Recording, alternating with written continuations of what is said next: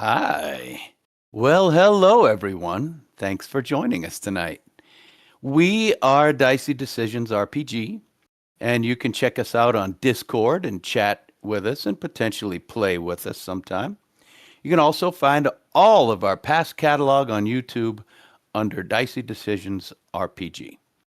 Um, if you do, if you're checking us out in the future and you're on YouTube, please give us a thumbs up and a comment just to say how you feel we're doing. All right, but instead of our normal Twist of Fate campaign tonight, we have something a little bit different for you. Our GM, Scott, is otherwise engaged. So we decided we'd pull out the old dagger, or the brand new Daggerheart. Um, and playing tonight, we have Sean, Brandy, and Justin, some regulars, and our friend Ryan is stepping in with us tonight to round out our party. So, in the holiday vein, this will be an all witch party set in Daggerheart's Fanewick Forest. My familiar decided to join us. Will you get your butt out of the shot? There you go. All right, thank you. Yeah. Yeah, familiars everywhere. Th- it won't come up, right? So the Fanewick Forest is our setting, which is infected with a type of disease called the Witherwild. And the Witherwild is a nasty growth similar to, let's say, a cancer made of vegetation. But hey, it's the season for nasty, so we'll start the episode in a small town called Fern Hollow. So, players, if everyone is ready, I want to start by describing your characters. And if you want to give us any at all of your background, that would be fine too. Let's start with Justin's character. Killian Magnuson. Killian. Killian Okay. is, by appearance, he's a tall,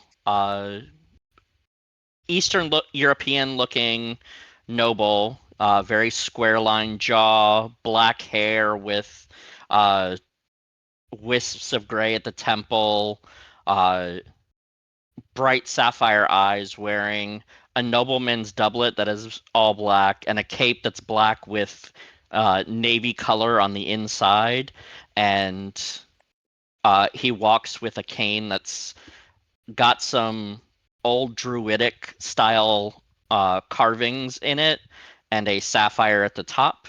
Um, he is in Fern Hollow because in his youth, uh, as a noble boy deciding to spread his wild oats, he had a tryst with a common woman named Tammy Jo Bumbly.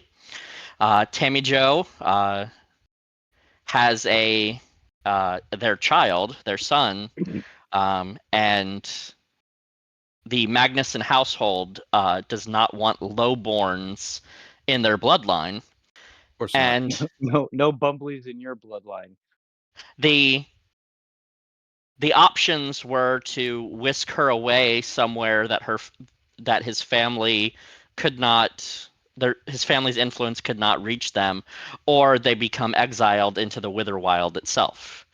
So he took off to this small village that he knew of because that's where he gets his reagents for his occult practices, because they have a unique property due to the witchcrafts that witches and covens that reside here.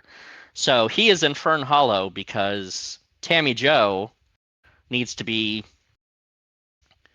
sated every once in a while to see Killian and know that she's being taken care of and not forgotten, or she'll tell, that old chestnut. Okay. So And she's being well taken care of. ish. One step above a common woman. Killian has no feelings for her nor the child.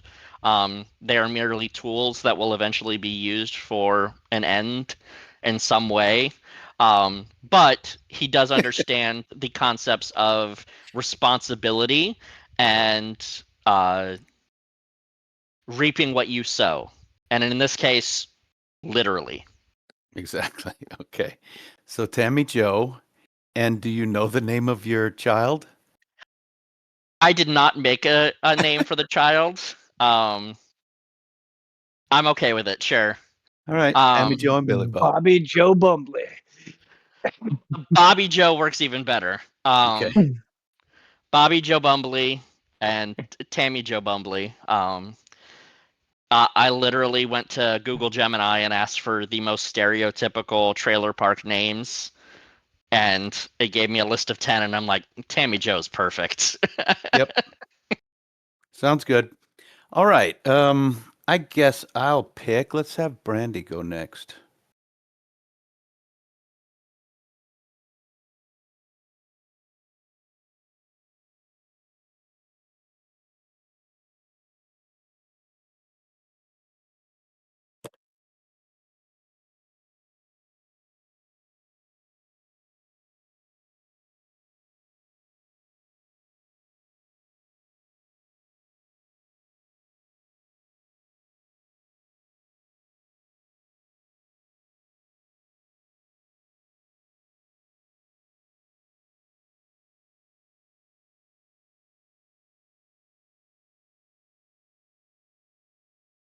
Hmm.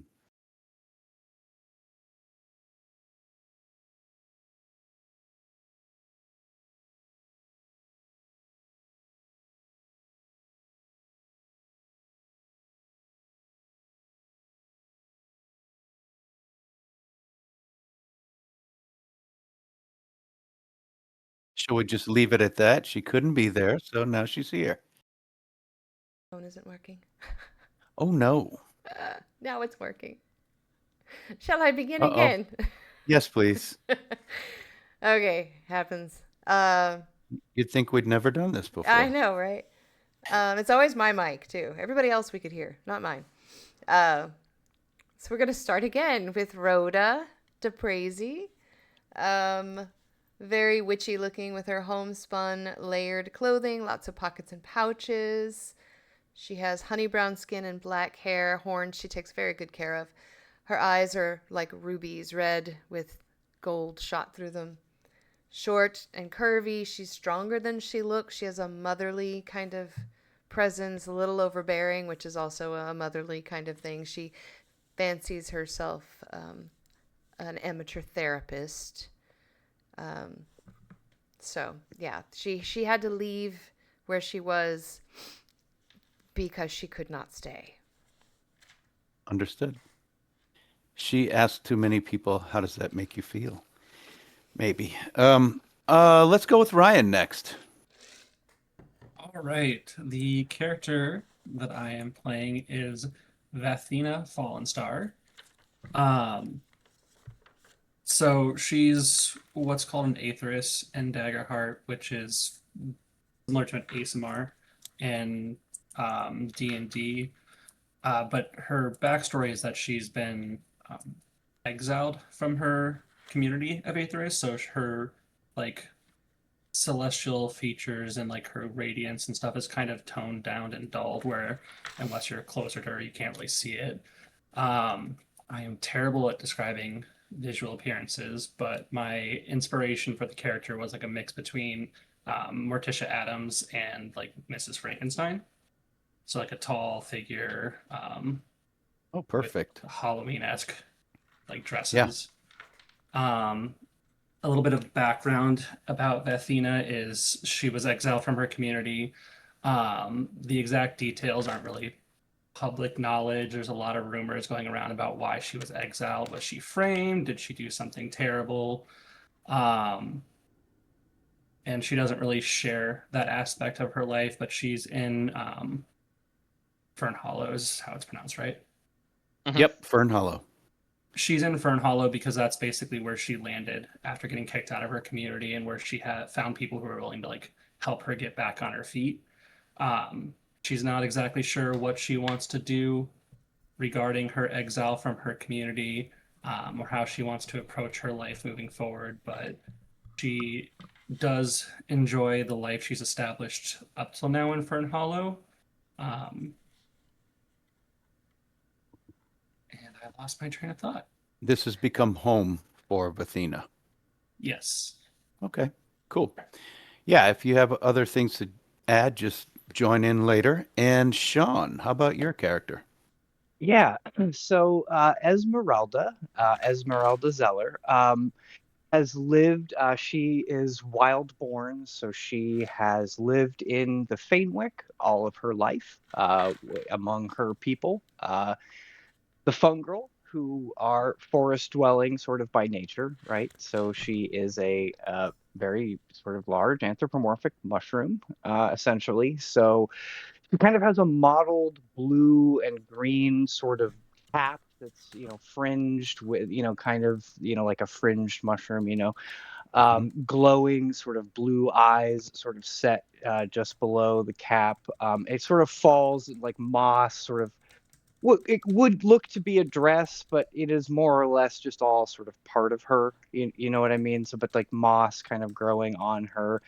And while most fungal are ambulatory, she did have an accident a little earlier in her life, and so she more resembles a mushroom stalk than the two-legged mushrooms that you would normally expect to see from a fungal. So uh, she has sort of gets around in sort of a wheeled woven contraption. It sort of resembles a wheelchair, but there are flowers and vines all sort of woven together that she uses to convey herself about, Okay. of course, draped And with does the she same sort pull of moss. herself with her arms?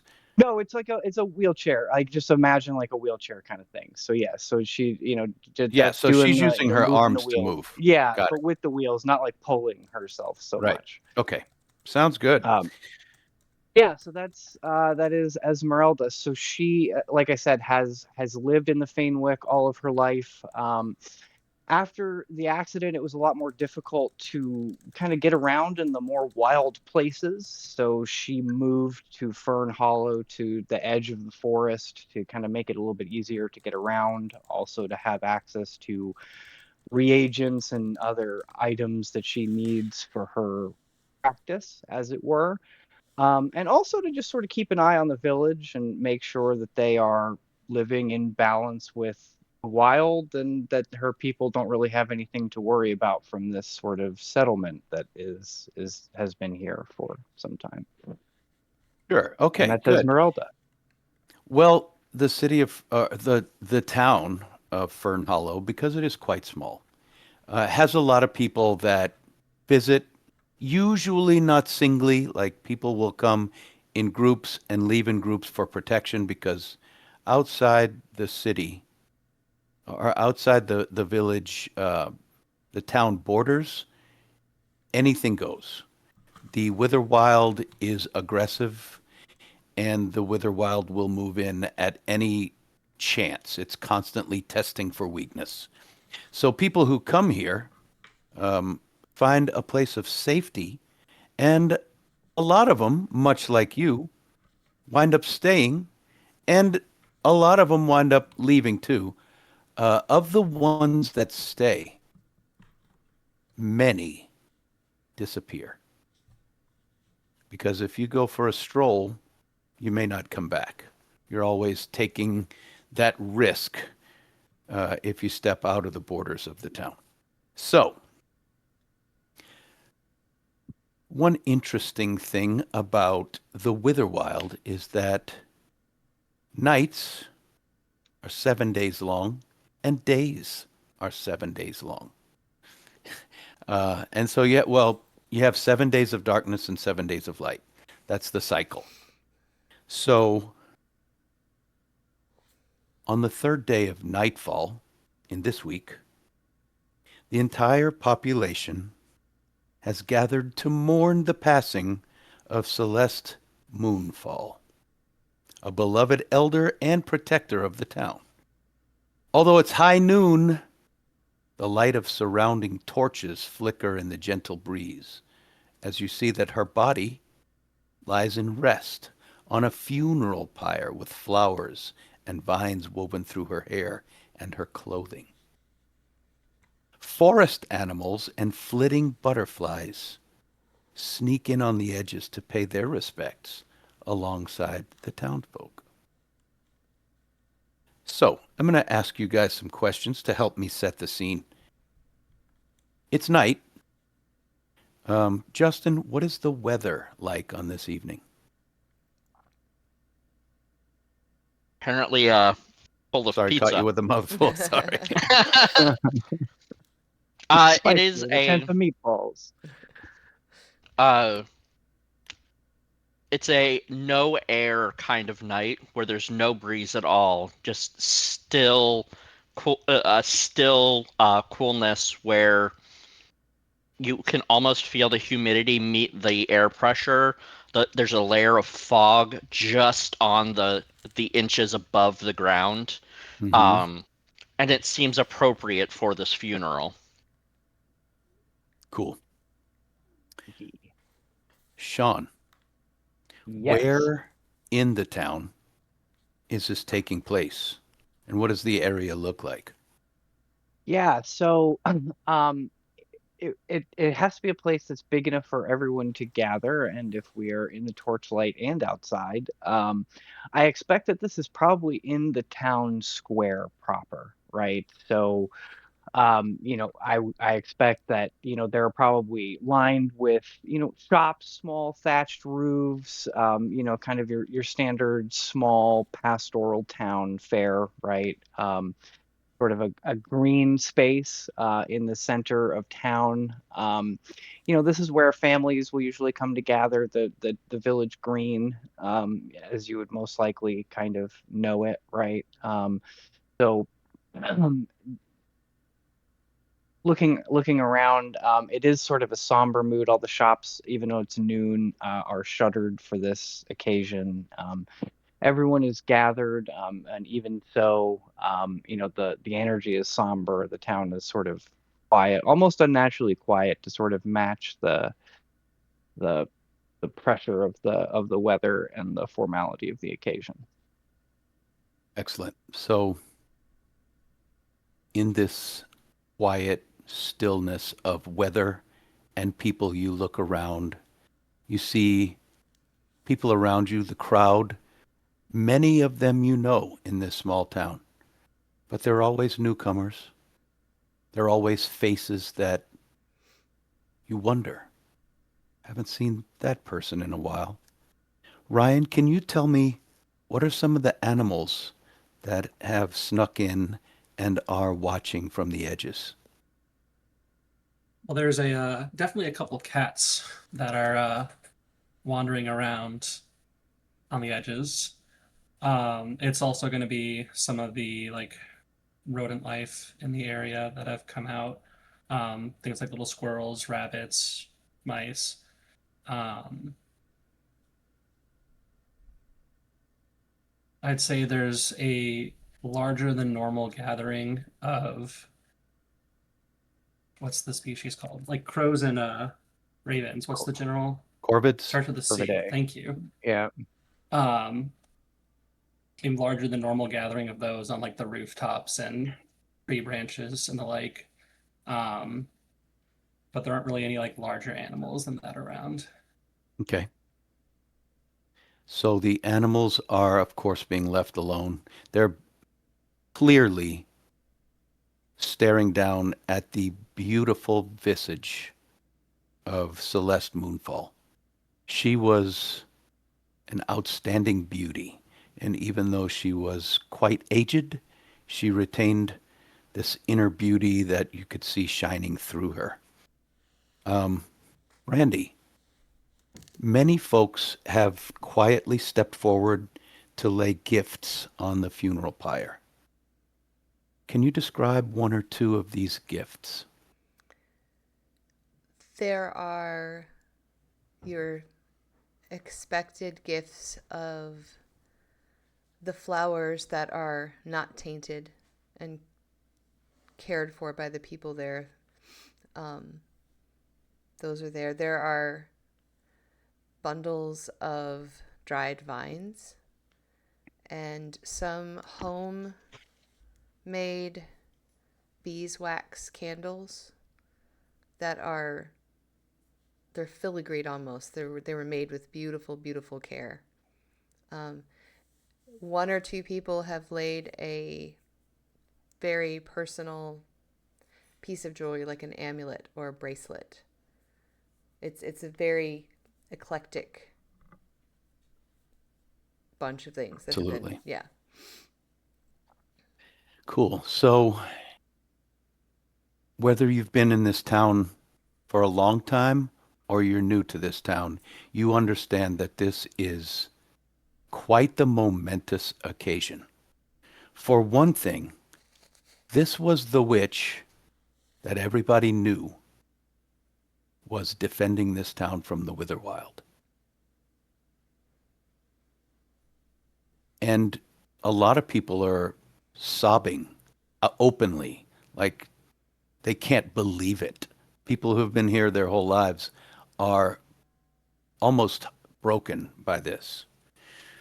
But you find yourselves in the crowd with your attention split between the lovely visage of Celeste and the contrasting severity of the last remaining witch, Amaryllis Woods. You see her as you have many times before. She's also a fungrel. She's got a feminine but very stern visage, tall and thin. Her dark robes remain straight and pressed, if they're robes at all, barely moving as she walks. Her face is stoic and restrained as always, with a knowing look always plastered on her features, and one wouldn't guess that one of her lifelong companions lay on the funeral pyre a mere few feet away. Amaryllis not so much walks as glides. Um, Esmeralda would understand that many little cilia underneath her fungal stalk, or like thousands of little legs, move her around as she glides serenely around. She does nod to a few folks, but almost no one walks up to her because she's always been standoffish and very distant and very cold. Um, there are a few people who walk up to her and give her a smile and a nod and condolences, but she replies almost nothing. Does anyone see anyone in the town, in the gathering of townsfolk, that you'd like to point out? Would anyone Well, describe? Yeah, go ahead. uh, holding the small hand of Bobby Joe is Tammy Joe Bumbly. Uh, not noticeably not standing with Killian, as Killian is himself off at the edges of the gathering, simply watching and standing stoic. Um, but the local uh, tavern and bar staff are all in that general area. Tammy Joe, being the uh, robust barmaid that she is, uh, brings in the tips, and the bartender likes to keep her around, the tavern owner. So he's there too, a larger, uh, rotund in a different way gentleman. Think the French chef from God, what Disney movie is that? Ratatouille. Ratatouille? Is it Ratatouille? The big guy, the big French Yeah. accent? Yes. Think that kind of guy. Same kind of pencil mustache and wild eyes, standing there in a barman's apron, like he was still at work, but everyone's here anyway, may as well come out. And he's expecting them very shortly after this, I'm sure. Correct. Ryan, can you name the tavern owner that Justin just described? Probably. We're going to call him Tom, Thom. Um, That's all we need. Tom. so okay. Perfect. Nobody knows his last name. He's just Tom. Everybody knows Tom. I was gonna say Barstool. That Maybe was that's the why I best became a had. bartender. Perfect. Okay. Now, I would like. Well, let me just do a little bit more exposition. Tom pulls up his apron and wipes his hands and approaches the severe-looking Amaryllis. And with a big smile and a French accent, he says, I certainly am glad we still have you to protect us. I would like you to roll an instinct roll when you overhear his loud, booming voice.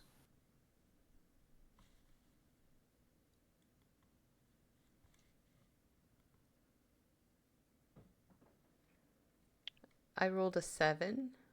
Okay? I have I a need 20 with to- fear. 20 with Need to figure fear. out how to Oh, get out of the 7 with character fear. builder. Give me 1 minute. Okay. 7. This is going to be a reaction roll, so I don't So need fear bear with or me. hope. 20. So a 7, a 20, I got a 12. 12. Sean's figuring it out. I'm getting out of the character builder. 1 moment, Okay. please. I had to do the same exact thing. I was won't let looking me at the roll the background. dice. I was looking at the background questions, and I'm in a totally different place now. All right. Instinct, you said yes? Yes. Okay, I got a 10. Okay. Or sorry, The- 7. Okay. The DC on that roll was an 11. So, Killian and Vathina, you catch an unmistakable glimpse on Amaryllis's face of concern when Tom thanks her for still protecting you. With that, would you guys like to do anything while you're standing here? Rhoda's going to kind of drift from townsperson to townsperson, quietly grabbing a hand and patting it and whispering something in their ear that you can't hear. She Okay. ends up with Tammy Joe and whispers something. Tammy Joe whispers something back, and they both turn and look at Killian and look back away. Okay. Cool. Anyone else? Yeah, Esmeralda would sort of wheel herself over to the where the body is displayed, and she would pluck one of the night flowers from her hair, for lack of a better word, and lay it with the other sort of offerings. Okay. And though she doesn't know Amaryllis well, we do share sort of a common ancestry, right? So Esmeralda will sort of just reach out through the mycelial network and just sort of like just like a little squeeze, like a squeeze on the shoulder, right? Like that, just sort of that camaraderie, like that's, pat, pat, pat kind of thing. Nothing too forward, nothing too familiar, right? But just, just that sort of a camaraderie and a connection there for a minute. Like, damn, that really sucks. And also kind of understanding what is sort of settling on her now. You know what I mean? Mhm. Just just sort of that squeeze of togetherness, I guess. Understood. You feel a similar response coming through the mycelial fiber connections, but it hasn't come through yet. You feel like she acknowledges you and she's sending you more, but you also feel her mind is everywhere right now, not on you. So there will be something coming to you from that. Anyone else? Athena's going to like hold herself a little bit separate from like the rest of the crowd. Like she's going to stand nearby, but not like with anyone or try to necessarily like socialize. But after seeing the expression on Amaryllis's face, she is going to try to basically gravitate within earshot of Amaryllis because she's now curious about exactly what sort of like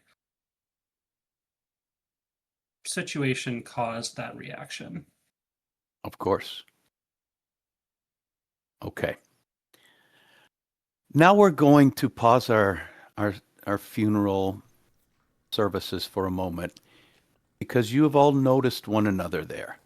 Let's talk about the connections that are important in Daggerheart.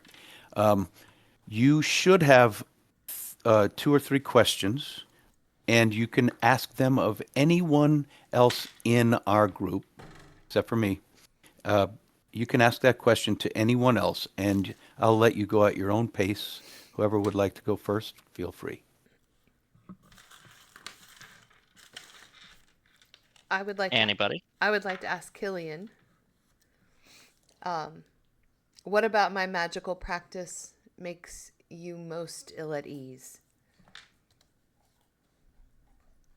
Well, Killian is not a witch. Killian is a wordsmith bard who dabbles in the occult. So, seeing natural witch power that comes from the earth, comes from the spirits, sets him slightly at off center, makes him not at ease, only because that's not the power that he has, and it's jealousy. Okay. This is a place for witches. Bards have to squeeze in. Yeah, okay. Next.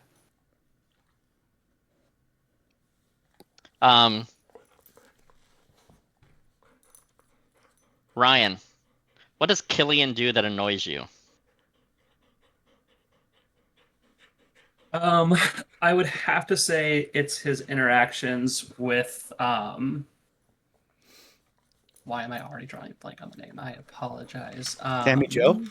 Yes, 100%. The sort of like relationship he has with her and with little Bobby Joe, and it's that whole situation just rubs Athena the wrong way. Because in a small town, There's everybody talk. knows everything. Yeah. And Okay. Killian, he may show up to take care of them, but it's mostly to drop a few coins. So, okay, how about Vathina? Does she have a question for someone? Yeah, so Esmeralda, what is a very foolish or embarrassing thing that you've seen me do and have never and will never ever let me live down? That I will never let you live down. Oh gosh. Well, you know, when you first landed here, right? I mean, you were sort of an exile. You still haven't really told any of us where you're from exactly, but being that you were exiled, I saw you go into the Fanewick with no shoes on into an area infested by the Witherwild, and That's a potentially troubling. And this is Yeah. why All right. Athena now always carries a spare pair of shoes on her. Nice. All right. If you want to do more, you're certainly welcome to, or we can move forward. This will be for anybody. I'm just throwing it out there. Why do you grab my hand at night? I feel like you seek comfort, but you won't ask for it. I just feel like you need comfort you're not asking for. I just And feel have it you in my grabbed his bones. hand already in this service? Yeah, actually, yes. I left Tammy Joe and wandered he was the next person that I went to. That's why I looked over at him. I just Got sensed it. that he needed me. Does he need her? Did you feel like you Probably needed a not. squeeze? He will never say one way or the other. Yeah, fair enough. And this is a question, could be for anybody, I guess. But why do you come to me for advice? Again, it has to do with the difference in magic. With your biological makeup, you know better the reagents that live here in the Witherwild. Um, and I come to you for advice on, which root is better, which flower is the uh, more potent herb or poison. Uh, Again, Killian is all about using people, not things, so he needs guidance when it comes to the ways of nature. Yep. Excellent. Anyone All right. else? I've got Go one for ahead, Ryan. anyone. So Vethina is a warlock, so she has to pay tithes to her patron from time to time. The way that Vethina typically does it is she will set up like a little stage for herself with some like incense and stuff like that, and then she will perform a ballroom dance as both partners in the ballroom dance, and will quickly like run to like either side's a little stage she set up to pretend to be both partners of the dance. And one of you saw me do that when I wasn't expecting it, and it's changed how you interacted with me. And how has it changed it? And what did you think about it?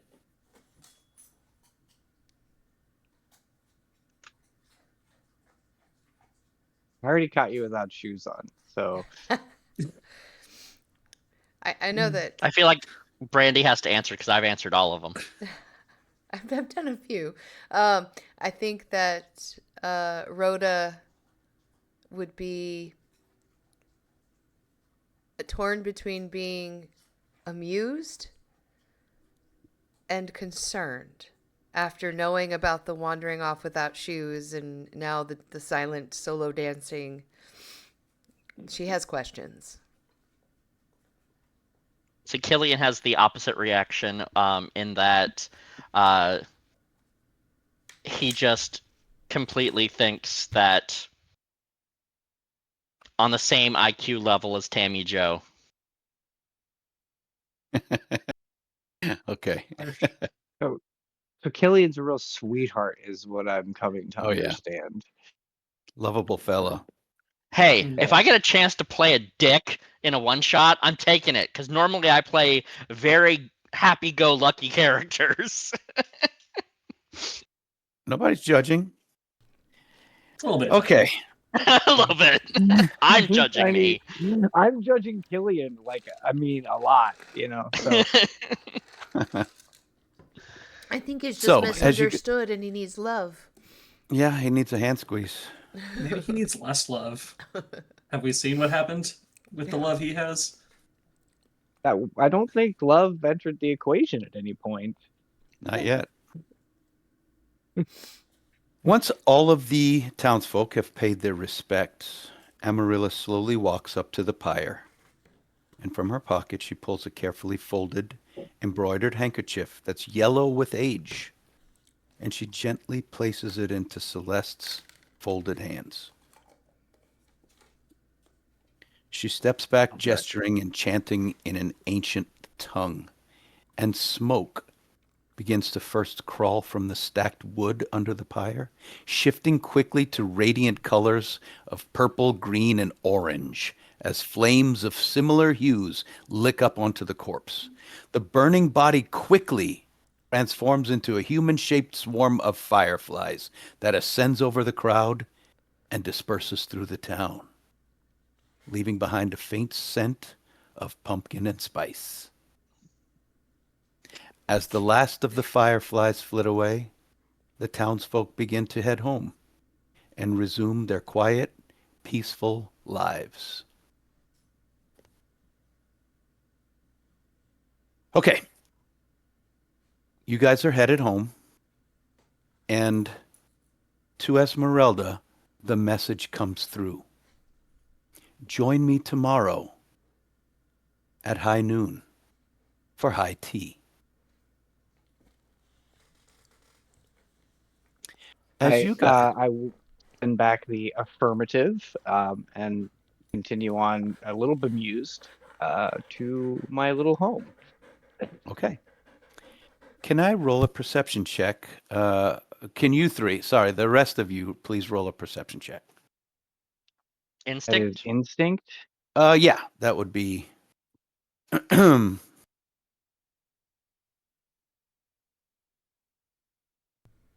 Oh, I guess I'm not the rest of them, so you've already got a message. I got another 12. I also got a Okay. 12. Okay. I got a 10. All right. Is Guess the adventure's over. Yeah, Is that one goes out.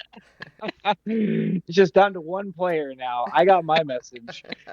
is Bathina going home, or where is Bathina headed? Bethina will have all like the town folk. Like, Everyone is filtering left. away. Yeah. She's gonna hang out until about like half, for maybe 30% of them are left, and then she'll eventually like wander home herself, barring something else happening. Okay. So you head home. When you get there and you're pulling things potentially out of your pocket to get more comfortable, you find a card, a small card, an invitation to high tea tomorrow at noon at the home of Amaryllis Woods. Rhoda, are you going straight home? No, Rhoda is going to follow the crowd into the local bar with Tom. Okay. Tom's Bar, yep. Yeah. Tom's Tavern, I should Tom's say. Tavern, yeah. And she's gonna head up to the bar and search through her pockets, but she's frustrated because she pulls out every time she reaches in a pocket, she pulls out like a damp kind of slimy limpet and throws it away and looking for coin. She eventually finds it. It's a little slimy, but every pocket she looks in, there's a couple in there, and she just curses herself. There's also a crumpled, soggy invitation for tomorrow at high noon at Amaryllis's house. And where does Killian go? Well, to the village at large, he has convinced them that the reason he does not stay with Tammy Joe is for a sense of propriety, as they are not married, and staying with them while being unwed would be inappropriate. So he visits to show his affection. But in reality, he doesn't want to be there, so he stays at the tavern. Oh, so he's you're at going the to the tavern bar as stool well. as well. All right. You see Rhoda just pulling crap and nasty little things, bugs and stuff out of her pockets, and seaweed and the occasional mollusk. And you see her come up with this limp, bedraggled invitation that she's holding up by two fingers, looking at it like she's never seen it. Did you do this? No, my dear. Oh, you're always playing little tricks and being clever. I know you did. Tea? Pretending like you're Amaryllis, as if. I have a bit of dignity. I would not disrespect Amaryllis of all people. Okay. Nor would I put my hand in your pocket. Smart. Why are you going to high tea with Amaryllis? I didn't say I was. I just received this. Sorry, did you not get an invitation? I haven't made it to my room. Perhaps it's under the door. Perhaps. I'm going to turn back to the bar. And I'm going to lean a little closer to Tammy Joe. Okay. Like a little All right. little girl bonding there. Killian puts one hand on Tammy Joe's shoulder as a sign of affection and smiles this hollow, deceiving smile at her before heading upstairs. Yeah. Smile does not reach the eyes. As you're halfway up the stairs, a jolt of electricity stabs you in your buttocks.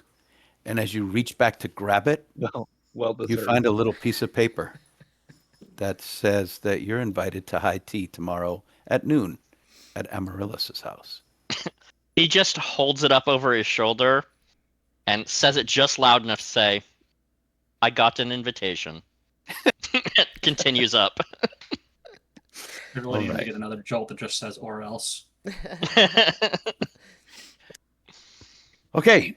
Well, with that, I have to tell you that I'm setting a countdown, a countdown tracker. I'm not going to tell you exactly what it's for. It's a long-term countdown tracker, and I'm not even going to tell you what the number is. I will tell you that if we hit 1, other things may occur. You may pick up clues along the way. Cool? Yep. Is it we get a pizza party? Maybe. Done. Justin's buying. Ice cream party. All right. Done. Will everyone accept the invitation? Yes. Because if you don't, you Absolutely. can just log off. Yeah, good Okay, night. Oh, good night. sweet. I can go play video games? Bye. All right. So you guys find each other walking through the nighttime, well, the darkness, even though it's noon, to Amaryllis's home. And the streets are well lit.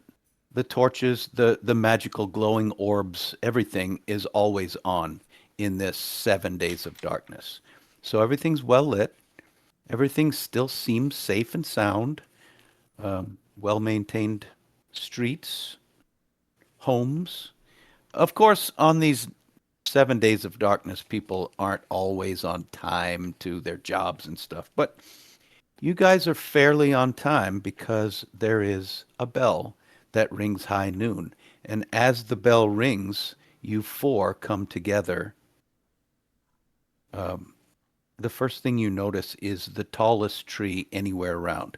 A huge tree towers over the landscape with tall, thin doors inset and magical lights dancing slowly on the breeze among the branches.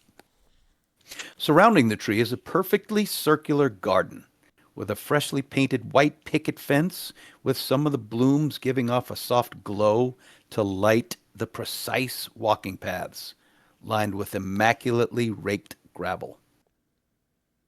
The town gossip says that Amaryllis's tea parties are a treat for all the senses. Right now, you see garden tools flitting about on their own, precisely trimming the collection of her beautiful shrubs and flowers, while floating water cans nourish the exotic herbs and vegetables grown here. A dainty set of wire chairs and tables are placed in a small clearing of perfectly manicured grass.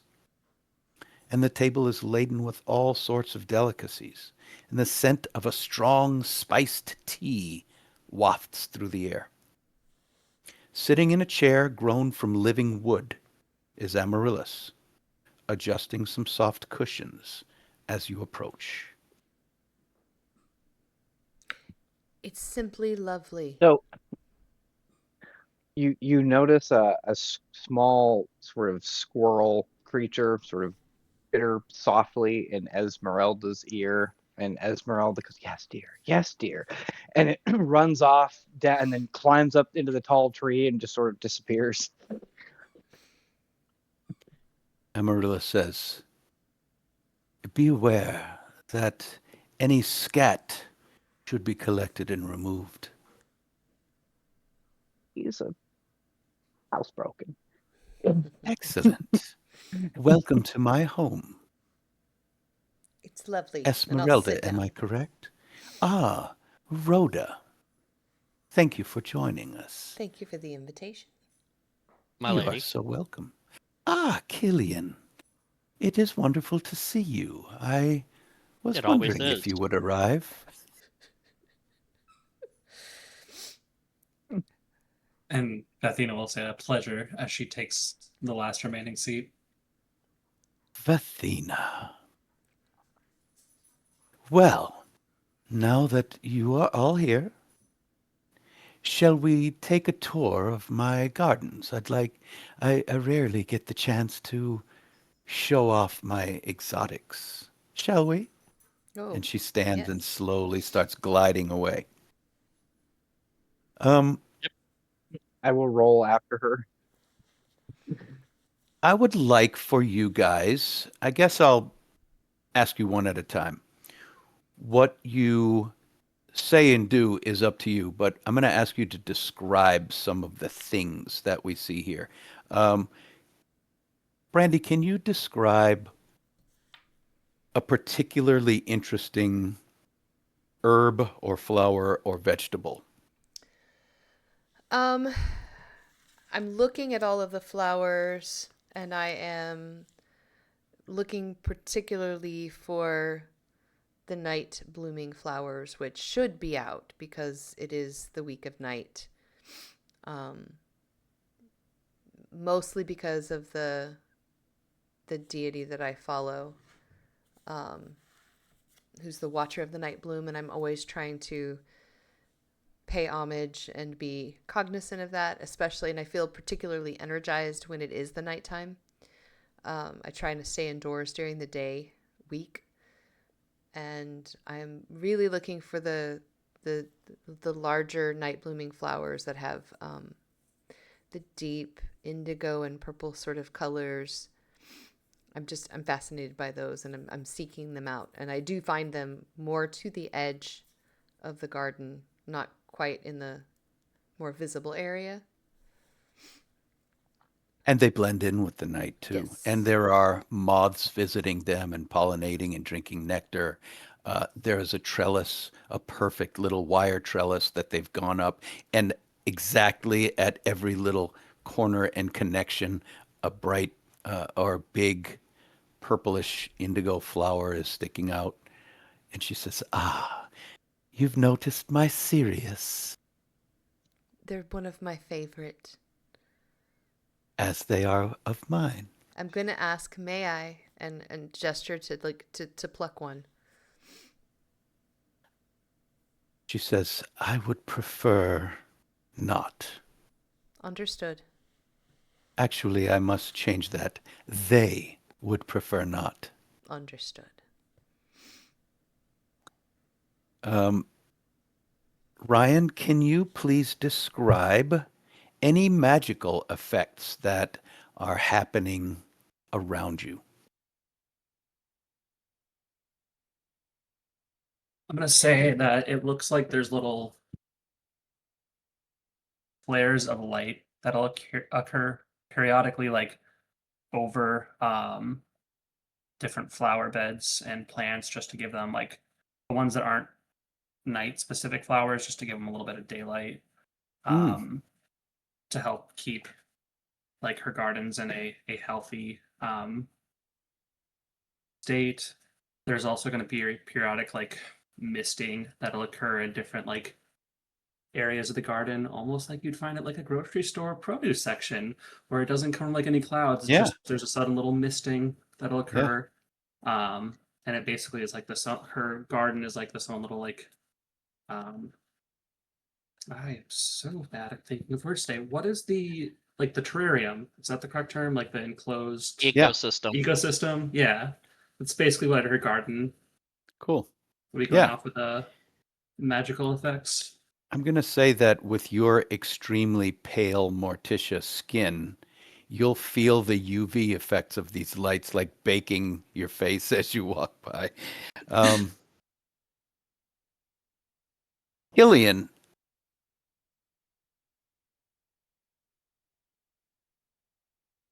the reagents and ingredients that you're looking for. What kind of vegetables or plants are growing here that you know already? So the types of rituals that Killian engages in are not the pleasant kind. So there's definitely almonds growing. There's nightshade, uh, Venus flytraps. He watches as they snap closed on a fly that happens to land there, and he smirks to himself, feeling the sense of predation that he revels in, that comes from such a simple plant. And he looks through the vegetation and notes that the garden is robust and potentially a haven for all life when it comes to the Witherwild. Merlis says, excuse me, I see your eye has fallen upon the poison garden, one of my favorite parts. It is quite the collection. Thank you. And Esmeralda, she does have different um, fungal growths and even some more ancient plants like ferns and cycads and things. Are there any that would resonate with you? Well, I mean, all of them sort of, right? All of them tell a story. So, actually, one of Esmeralda's ability is the ability to speak to the plants and animals around her. So, when you say ancient plants like, ferns and some of the very old cycads, she will spend her time in the garden conversing with those ancient plants. Just to, I mean, not to gather any sort of specific information or, just to kind of, just to honor them and to ask them about some of the experiences that they've had over their many, many, many years of life, right? So she spends her time sort of been very just sort of a quiet susurrus of conversation with the plants around her, and just sort of kind of brushing against their leaves with her fingertips and Cool. Yeah. So after your little tour, you guys gather back at the table and she says to all of you, my garden seems to enjoy your presence. I felt they would. Now, please be seated, and she serves you guys a beautiful tea. Name some of the little particulars that she has for you guys to eat. What are some of the things on the tables? I love those cucumber finger sandwiches, man. Those Absolutely. are my favorite. Rhoda is too obsessed with the heavily spiced, peppered type, like cinnamon clove tea. She's just savoring it. She Yeah. hasn't moved on to the food yet. Killian, with his stoic nature, tries to hide his delight at seeing shortbread cookies. And he takes off his gloves one finger at a time and lays them on the table, and he picks up the entire plate of shortbread cookies and just starts eating them. Interesting about those cookies, they giggle every time you bite them. Excellent. So they're just laughing their butts off as you eat them. While Killian is distracted with the giggling shortbread cookies, he fails to notice a squirrel steal one of his gloves and run off Oh, up the tree with it. sounds good. Okay. I'm going to make good Christina's use of gonna this animal be companion. spending her time glaring at Killian for taking the plate of cookies that she was about to grab. Staring daggers over. Mm-hmm. Uh, That is actually what I planned on describing my character doing, was just taking a plate of cookies. there are other And of course, sweet- Killian takes it first. It's on point.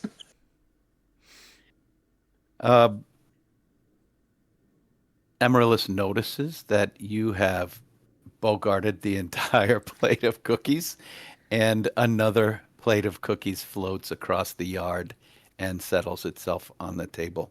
Do you take it as well, Killian? No, Okay. Athena's After- I'm gonna try to maintain my act girlish she's- figure. Athena's going to try to act like she's not super interested in the cookies, but she is eating them equally, if not a little bit faster than Killian is eating his. So there's just giggling from one end of the table.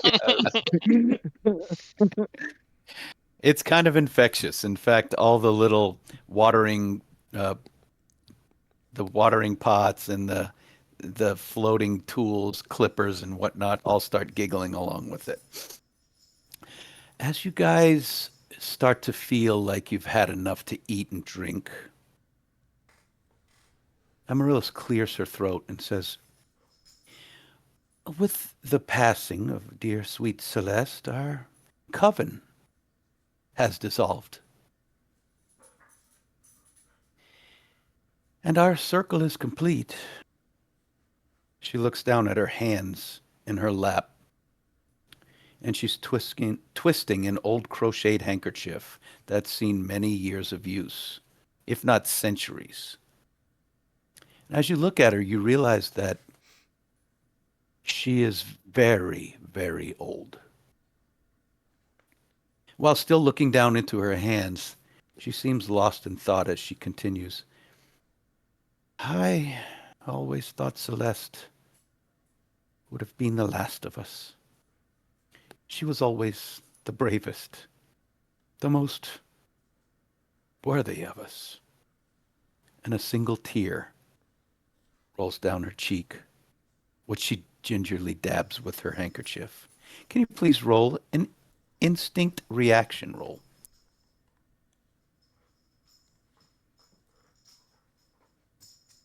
I got a 15. 16. Okay. 14. 14. Sean again? 22. Also 14. Okay. All of you see fear and trepidation cross her face for a moment before her severity locks back in. And she continues. Fernhollow is currently unprotected from the effects of the Witherwild.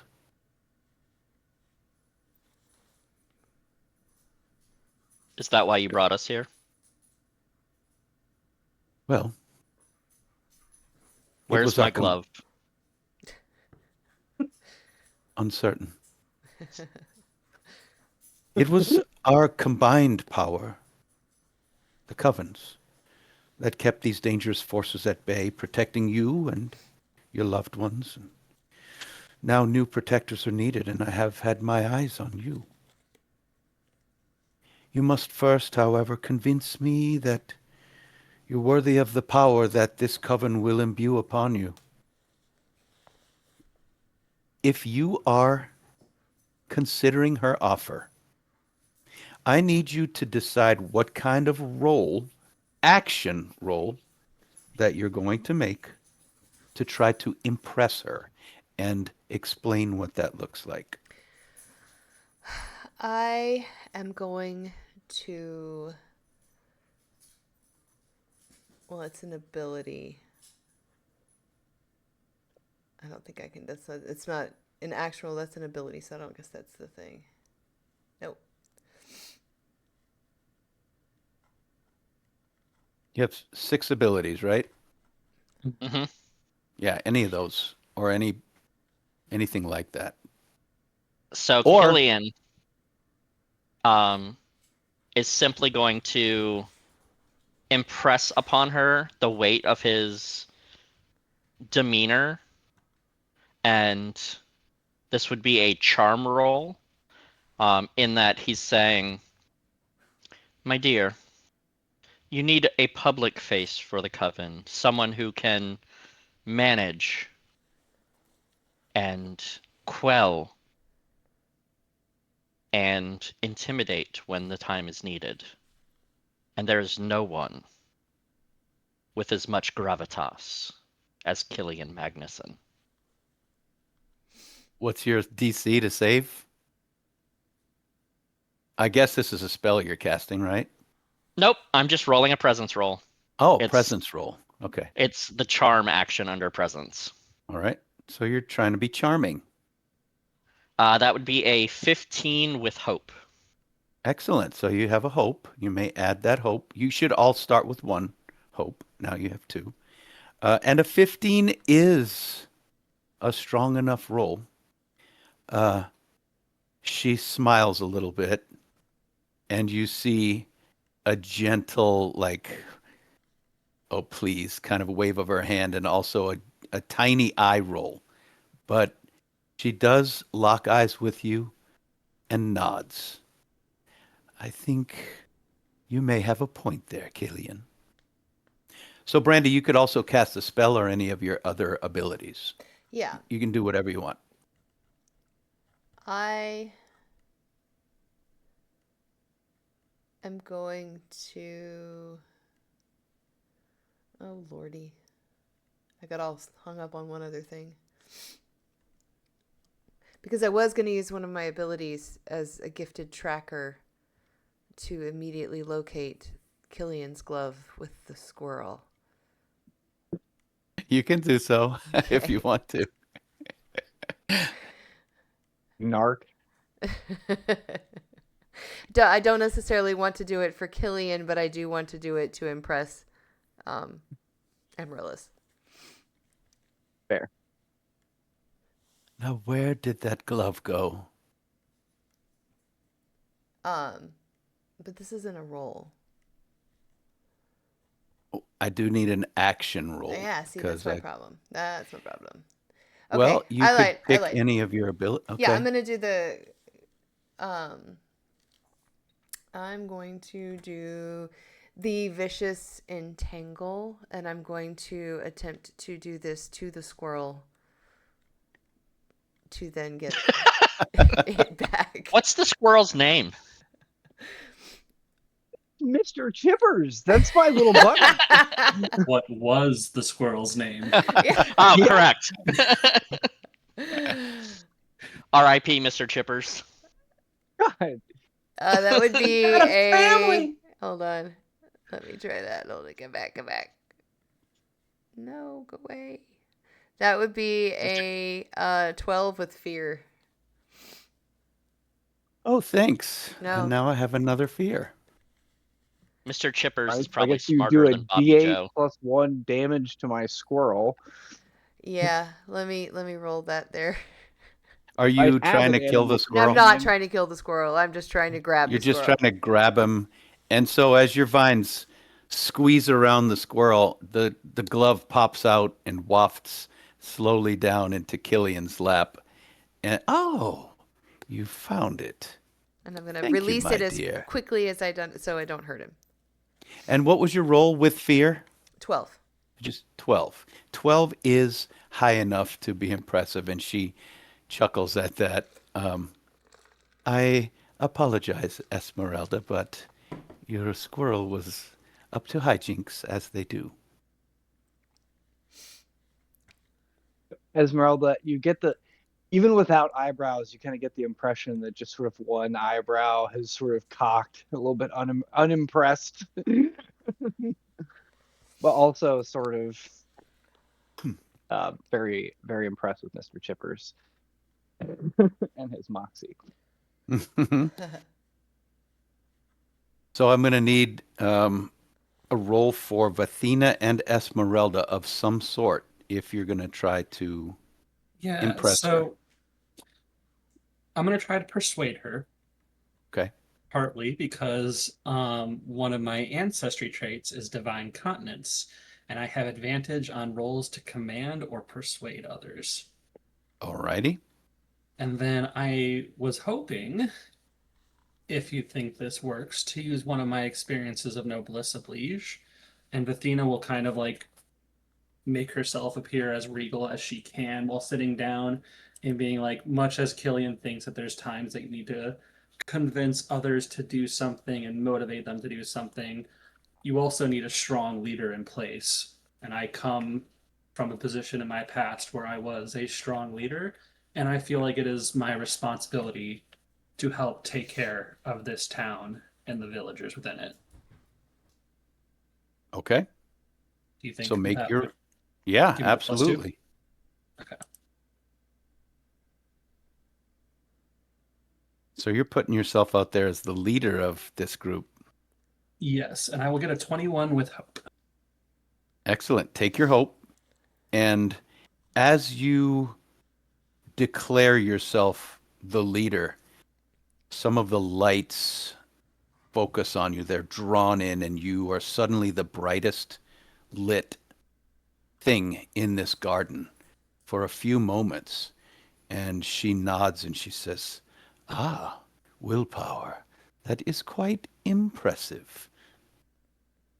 I thank you."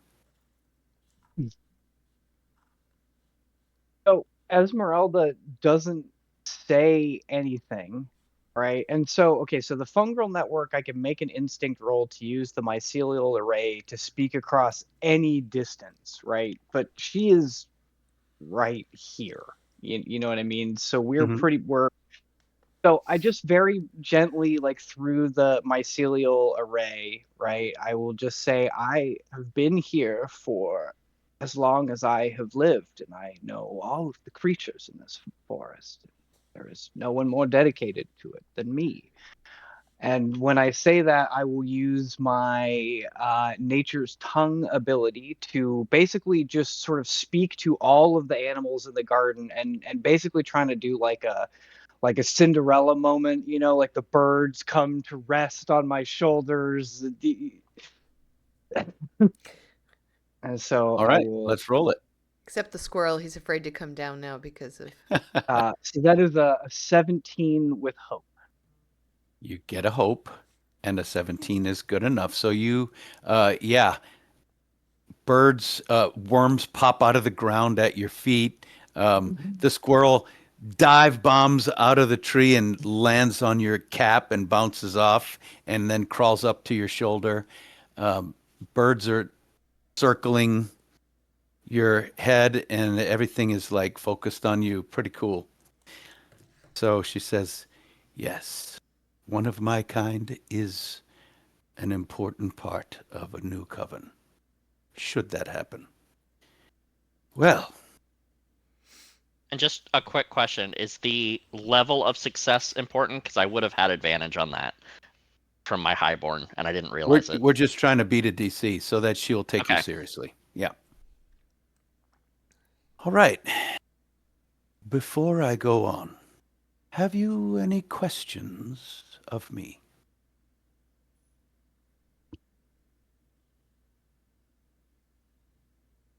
What is required to repel the wither?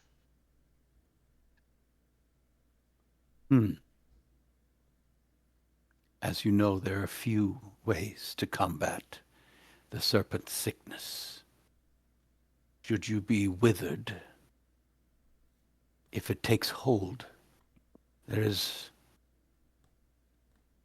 almost no way to protect you. However, the power that comes, that is invested in one, when one joins a coven, and she's holding her arms out, she's just feeling the moment. You feel that the world kind of zooms in on her. The powers that come from being one with a coven are impressive. And you understand that all of this, every bit of her garden, is run by not her magic, but her willpower.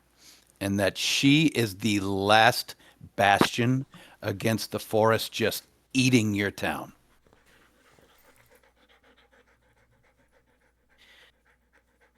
So she I have a relaxes. sense of what the timer is.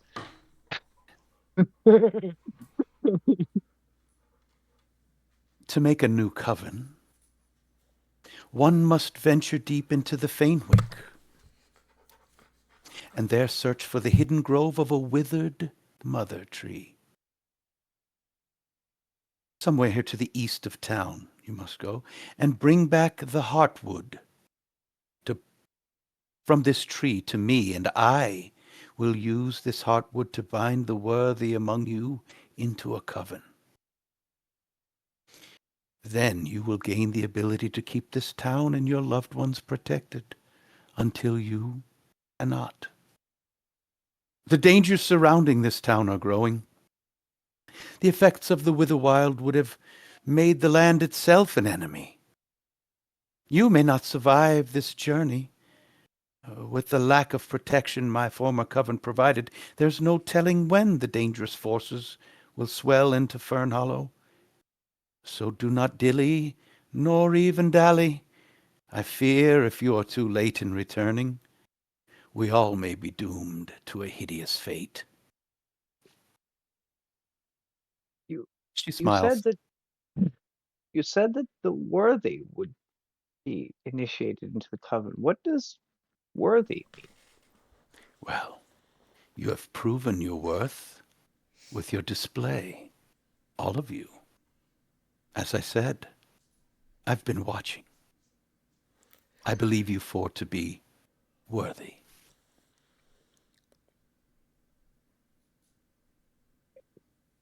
Killian stands and graciously puts on the gloves again, tightening them. And he looks at the other three and says, well, try not to die. And that would be my once per session rally. That's my bardic inspiration. So each of you get a rally die. At level 1, your rally die is a d6. You can use it to add the result to any action, reaction, damage, or to clear a number of stress equal to the result. So, all of us have a 1d6 that we can just float along because Killian is a bard, and his inspiration is don't die. Is that a one-time use? One-time use. Okay. Oh, well, I feel more motivated already. I'll lean over and dust off some of the squirrel fur that is on the glove that you've put on, noting that there's some slobber on it.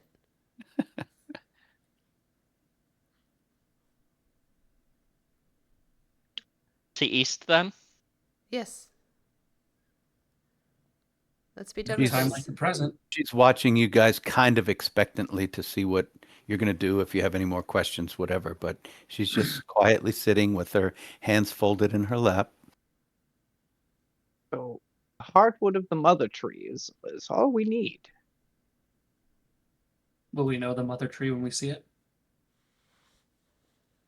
Well, I suppose they are quite large, and they pull so many nutrients from the ground that they're inset in this in the soil, like in a hollow in the ground. Also, I can just ask. She looks at you and says, that kernel of knowledge you seek was planted in your mind long ago. Don't get stuck in the mud, and you will remember how to find what you seek. There's a joke in there about mushrooms being stuck in the mud somewhere, but I'm not clever enough to come up with it right at this particular moment. It's because you're not. Well, let's be off then. Let's do this. Okay. Athena will quickly check to make sure she has an extra pair of shoes in her purse. / Does she? bag. She has 2 today. 2 extras. All right, cool. Yeah. All right. Are you leaving town? Are you leaving her garden? What's the plan? I think the Head plan is straight just to out? immediately try to head straight to Mhm. finding the mother Yeah. tree.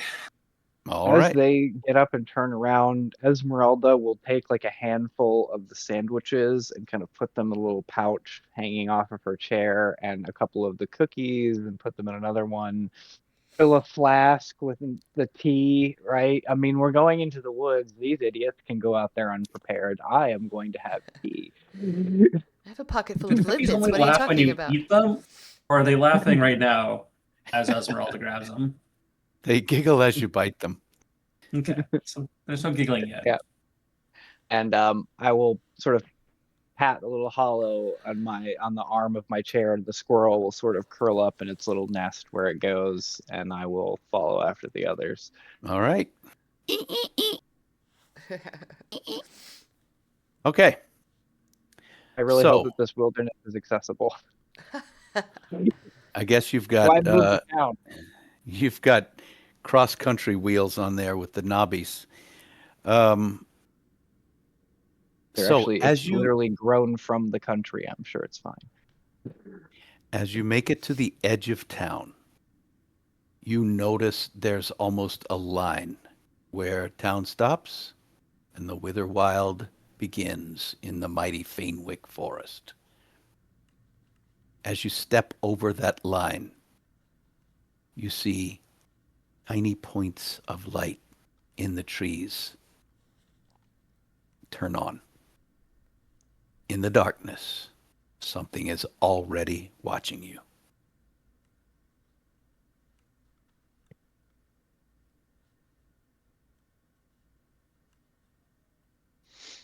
Moving forward? Yes. All right. Can you detect the tree from here, Esmeralda? No. Then we keep moving. I can ask nicely.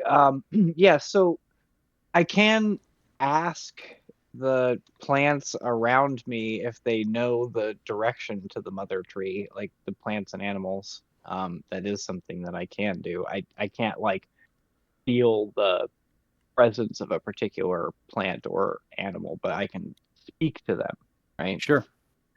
So yeah, I'll ask some of the some of the plants that are along the trail or in the underbrush there if they know the direction to the mother tree. When you say the mother tree, they tell you, no, no, don't go there.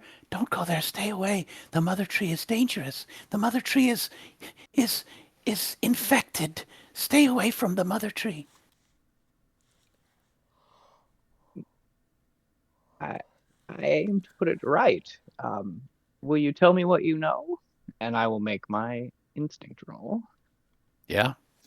That is a 20, but with fear. Thank you for the fear. I'm now up to You're 6. so very welcome. And 20 is a success. And so a success with fear is you get, as a success, you get what you want, but with fear, you might also get things you don't want. Sure. So you get a direction to the east, but Okay. vines, thorny vines, try to wrap around you and keep you from moving that way. So it's slowing you, all of you guys down. Stay away. Don't go that way. The forest doesn't think it's a good idea for us to go to the mother tree. It's been infested. The word isn't quite clear. The plant English the dictionary is a little fuzzy, but I believe I got infected. Well, I think given the state but of it the is forest in general, that doesn't surprise us. And also, I doesn't the suppose forest want to not. encroach on the town? We It can't absolutely necessarily does. trust that it being entirely truthful with us when it tries to prevent us from doing this. Well, you see normal trees. There are a lot of trees that aren't infected yet, but you also see many signs of the Witherwild as well. like mushrooms growing out of the side of things, or trees with a certain amount of just pure rot going on, an overabundance of flies, like sucking on dead parts. And so, anyway, I assume you keep on moving east. Yes, Yes. so Yeah. I will impart that the forest does think that it's eastward, but also we should really not go there. I'm gonna trust Amaryllis over the forest that we're trying to protect the town against. Well, you're not wrong. Um, but if it is infected, I would say be ready to bring balance to the forest. Sometimes that As you takes fire. guys, oh, okay.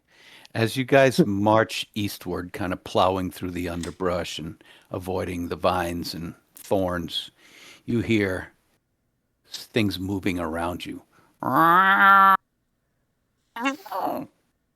And some of the eyes that were watching you, you start to see emerge from the darkness.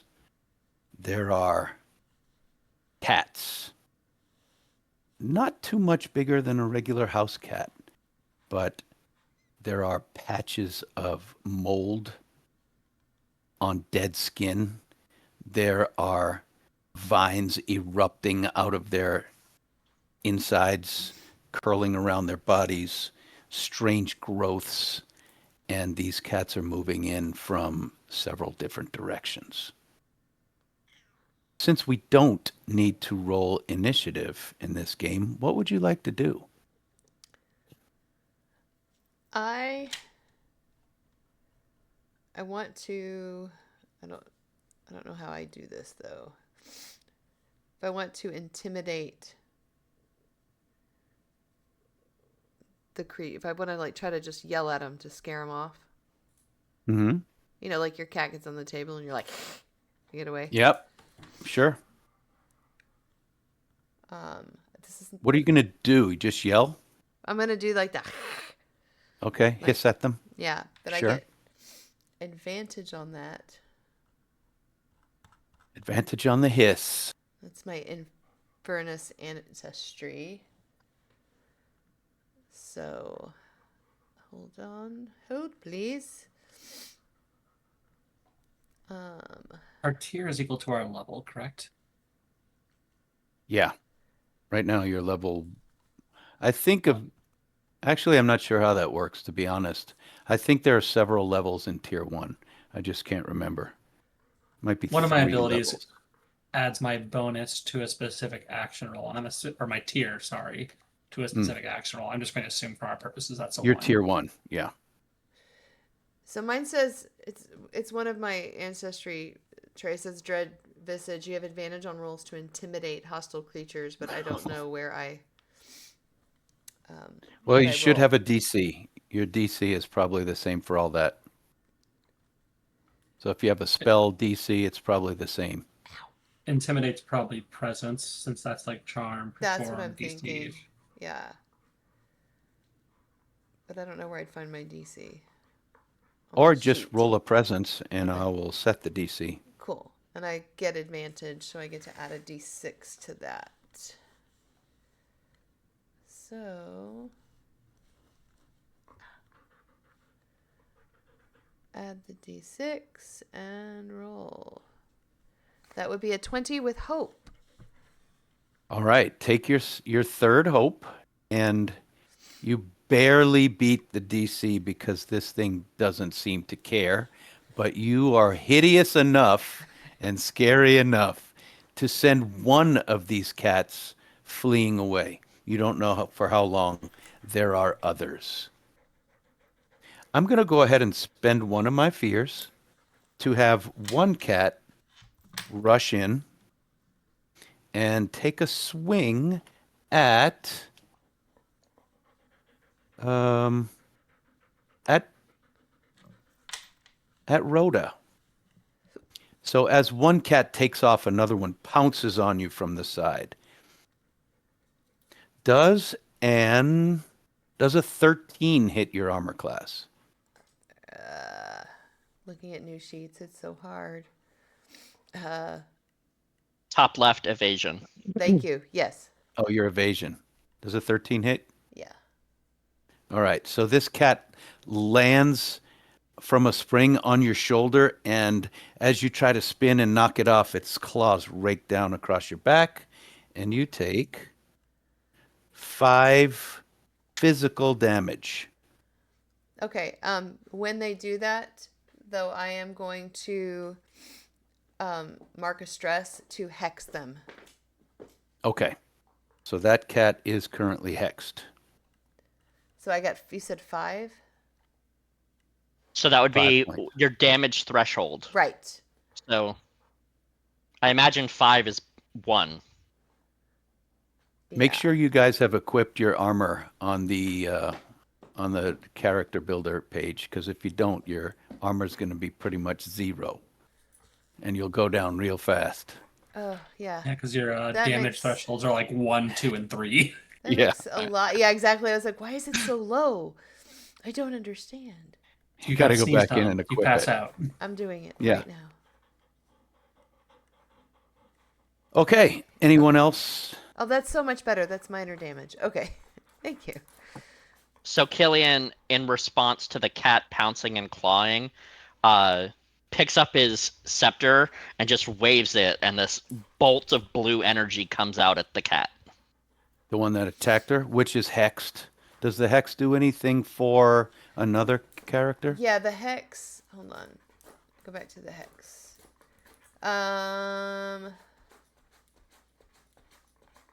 All action and damage Action rolls rolls against against the hexed creature. Yeah.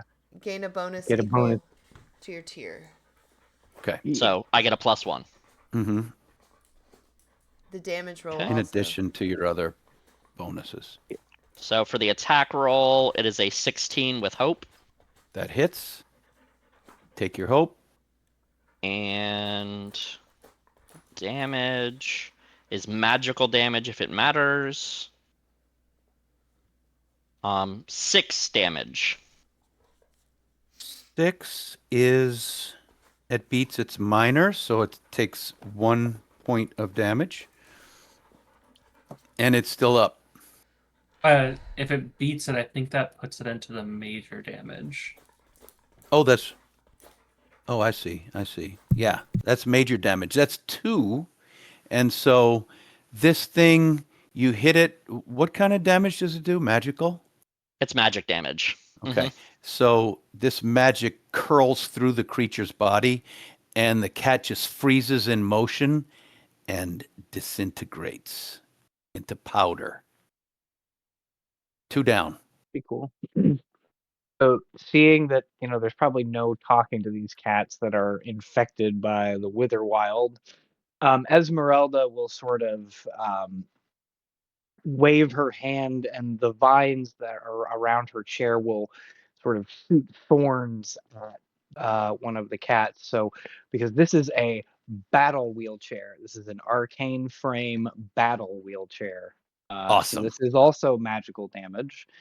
Okay. So I will make a spell casting roll. That is a 10 with hope. You can keep your hope, but a 10 is not high enough to hit. So your vines go thrashing around the cat, but it nimbly dodges out of the way, jumps straight up in the air and does a backflip like cats will sometimes do. And your vine attack misses. Well, fine. I'll take my thorns and go home. You better not. He'll kill everyone.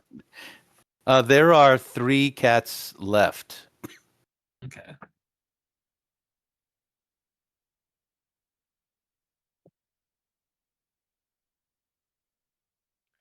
And there's Well- no initiative, so just jump in when you want. If, Yeah, I was Yeah. gonna say, nobody's I'll gonna let do everybody anything. else kind of, since I went last, I'll kind of let everybody else go around again a little bit Yeah. before. But I'm gonna do the same thing. I'm gonna keep shooting with my wheelchair. So Well, actually, on your turn, you can do as much as you want. So you could have done something else if you wanted to. no, I'm just gonna. I mean, I don't need to go anywhere. We're not really repositioning particularly. Okay. I'm just attacking in something it. that resembles. I'm not gonna attack like Narratively, 7 times. another cat comes out and is running at Killian. And the cool part about the scepter weapon is not only is it a ranged weapon, but he wields it with two hands and he just golf clubs this one. Nice. Okay. Try to hit him. Yep. It's a 7 with hope, so he's not very good at golf. But you get a hope out of it. You do miss the cat, which dives underneath your swing. And I'm going to spend one of my fears to have it retributively. Anyway, it's coming back after you. Retributively. Okay. Does a 15 hit your evasion? All day long. All right.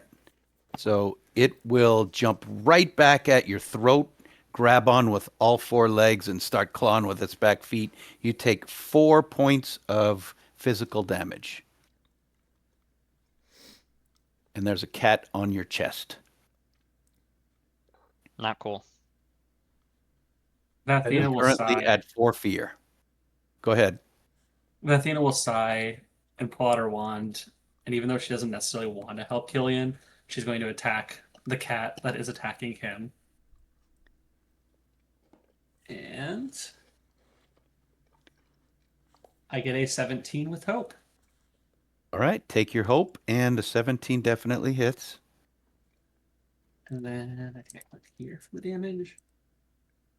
That is a whopping 2 damage with my natural 1+1. Right. So that cat takes 1 damage.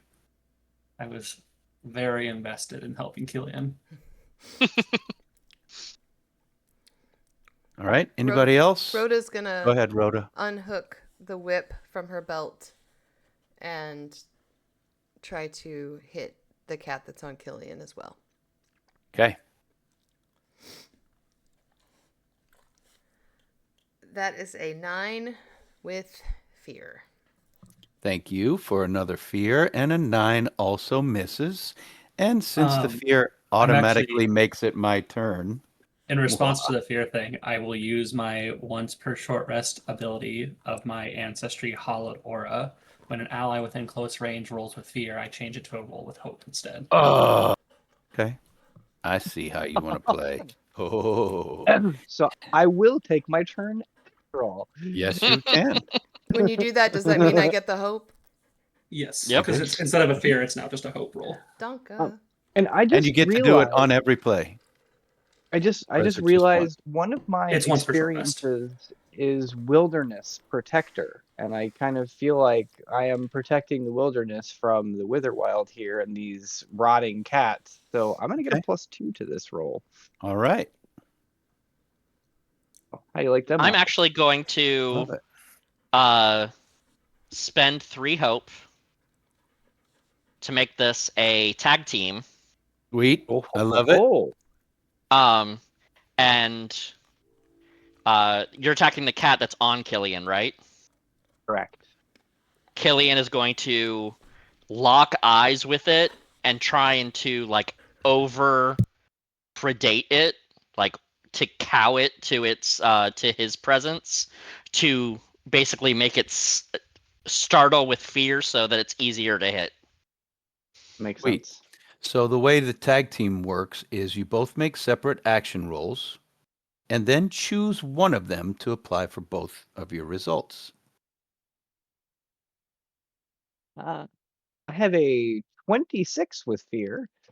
Okay. That's better than my 10 with fear. So All right. I cannot change this to a hope. On a roll with fear, I can. I get a fear. I can change Oh, it you to can? hope. Yes, I can. Ah, okay. We're a hopeful bunch here. We're just bright-eyed.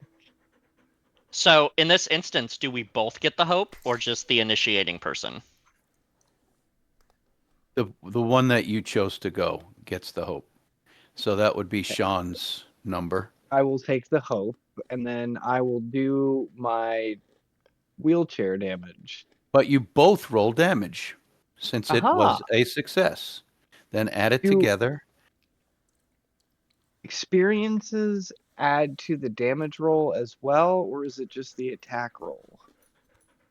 I think just the attack roll. I thought so too. I couldn't remember.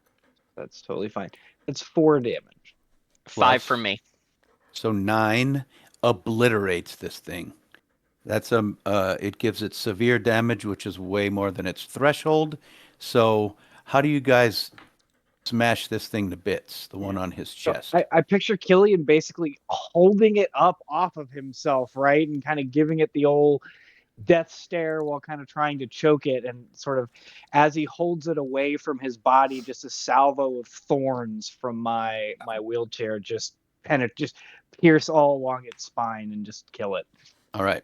So as Nice. the lifeless body hits the ground, it starts blooming with vegetation and funguses. What am I trying to say? Fungi. Fungi. Yeah, it So, just my blooms puzzle. with, yeah. And then that quickly deteriorates and decomposes. The whole thing takes like 10 seconds. Like There a are still time 2 lapse. cats. I was reading one of the help tooltips, and for using experience, it is a reaction or action roll you use it for. It's not damage, but it also costs a hope each time you want to use it. To do what? To use an the experience experience. on a roll. Oh, okay. I marked myself down 1 hope for when I use Got my it. experience on Amaryllis. Yeah. Noted. I will do the Hope same. is a valuable commodity. Okay. There are still 2 cats, and since you guys have taken your turns, I'm going to go ahead and have 1 cat attack Vathina and 1 cat attack Esmeralda. That's very rude. Vathina, does a 10 hit your evasion? It does not. And does an 11 hit Esmeralda? 11 is exactly the number you need to hit my evasion. Yeah. Okay. So this cat jumps you from behind. You take 6 physical damage as it slashes and bites on your back. That is exactly my minor damage threshold is 6, so that is 1 hit point. So if No, it needs that would it- be 2 so because it met at the or threshold. Above, okay. Mhm. So at Now- or above is Just as a reminder, you can spend an armor slot to reduce it by 1 yeah. step. Right. I just didn't know if like 1 through 6 inclusive was minor, you know what I mean, or if it's 1, at 6 or above it's major. It's equal to or greater than. So Okay. once that number that you show is reached, then you're into the next tier. Perfect. So I will spend an armor slot to soak up 1 of those, and I will take 1 of those hit points damage. Okay. My turns are done for now. Anybody who wants to go is welcome. There's 2 cats left? 2 cats. Okay. Rhoda's gonna to reholster her whip, and are they far or are they near? They're right there with you. One is on Esmeralda. The other Okay. one is at Vathina's feet. Okay, totally lied about that whip. She's gonna do it and then think twice, and then she's gonna go ahead and try to use her whip on the one that's closest to her. Again, You can take your pick which one that'll be. the one that's on Vathina, Okay. and When a feline comes along, you must whip it. um, Athena's going to use 3 hope the next time a cat attacks Killian. Tag team him. Team up with the cat. all right. So that was a 23 with hope. 23 hits. Take your hope. Got it. What's And- your damage? My damage is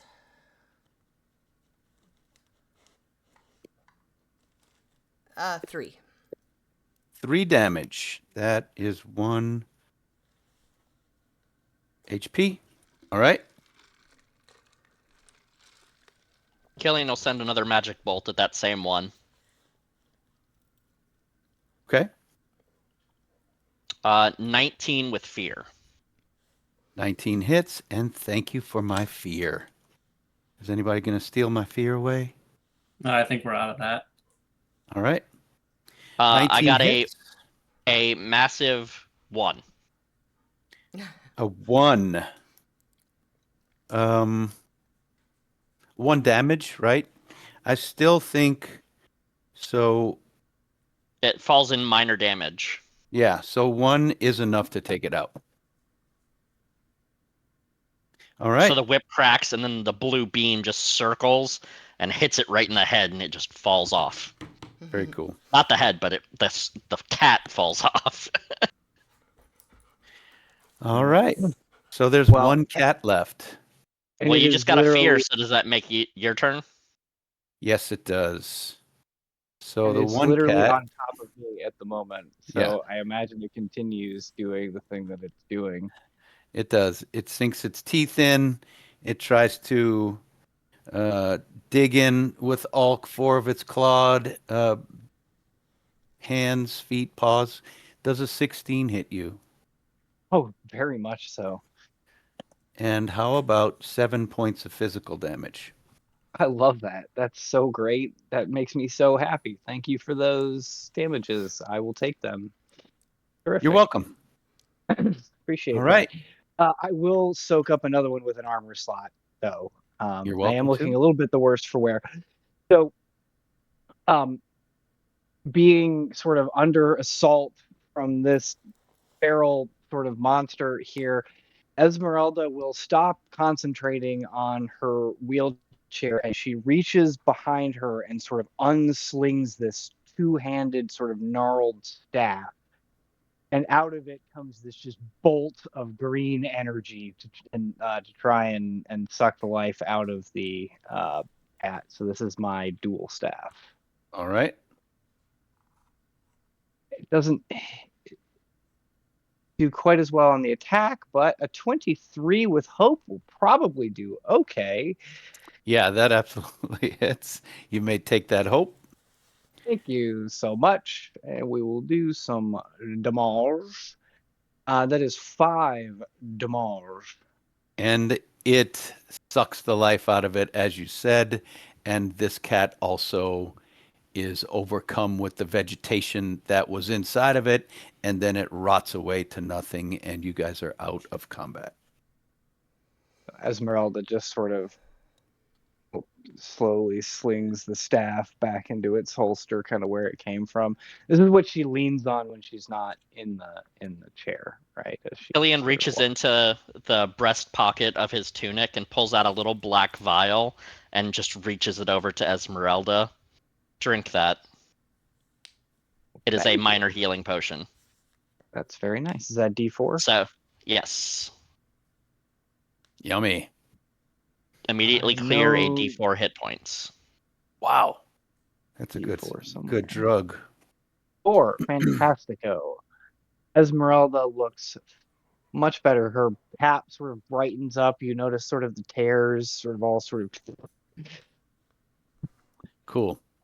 So It tastes like black licorice and rubbing alcohol. Of course it Delicious. does. It smells a little bit like what's that, like that Old Bay cologne, you know what I'm talking about, like that terrible musk. I'm gonna make Brandy upset and say that if it was worse, it would taste like candy corn. Tootsie Rolls. All right. As you guys move eastward, the Fanewick becomes more tangled and messy, swollen with overgrown jungle plants. Odd sounds of unrecognizable beasts punctuate the gloom. And after a bit of difficult travel, the first thing to change is the smell. Noxious odors assault your senses as the ground softens beneath your footfalls. The buzzing drone of what must be millions of mosquitoes fills the air. You are in a bog, and through it you must go. So, this is a different progress countdown. I'm going to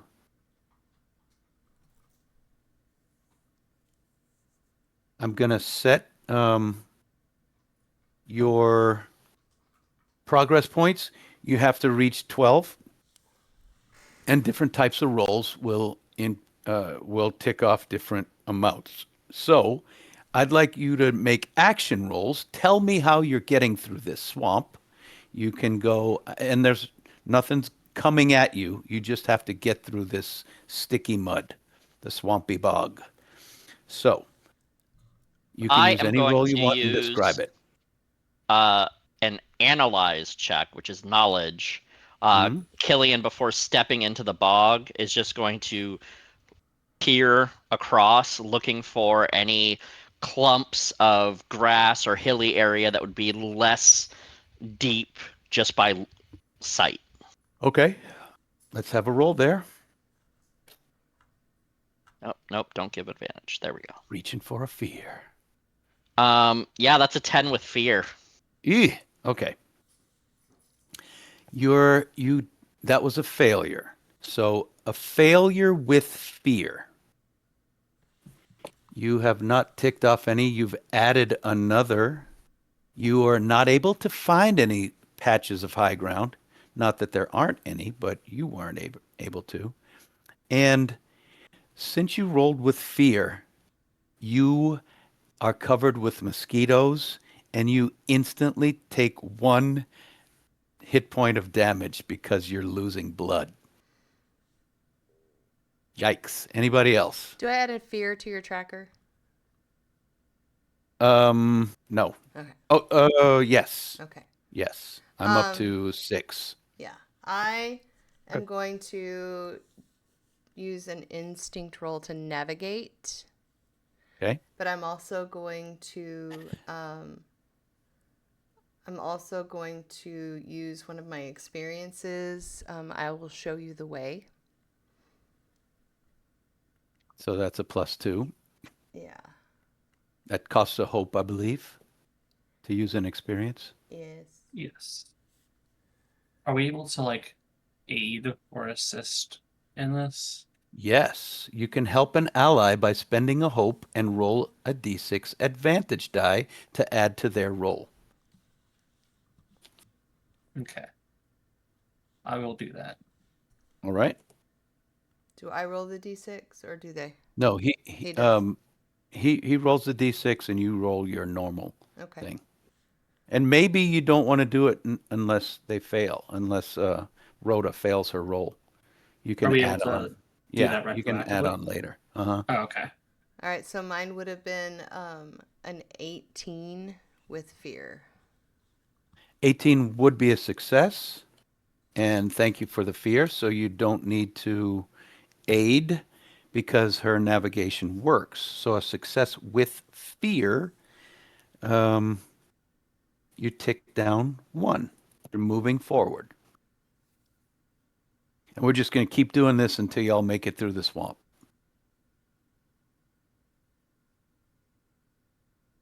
I'll do it again. Athena will, Oh. I was going to say, I'll try to do the same thing and try to navigate Okay, go for it. further in. I do not have any experience or abilities that are going to help with this, though. I'll roll a 17 with fear. Thank you so much for the fear. The mosquitoes are You're swarming most you. You welcome. take 1 hit point of damage, but that is a success. So you tick another one off. Are we able to armor slot this damage or no? Sure. I don't know why not. Well, let's see. It says you take 1 direct damage. So Probably not. I'm going to let you, if you want to spend your armor, you can. That's I fine don't with see me. how like an armor is going to stop a mosquito from biting my skin, though. So Fair. All right.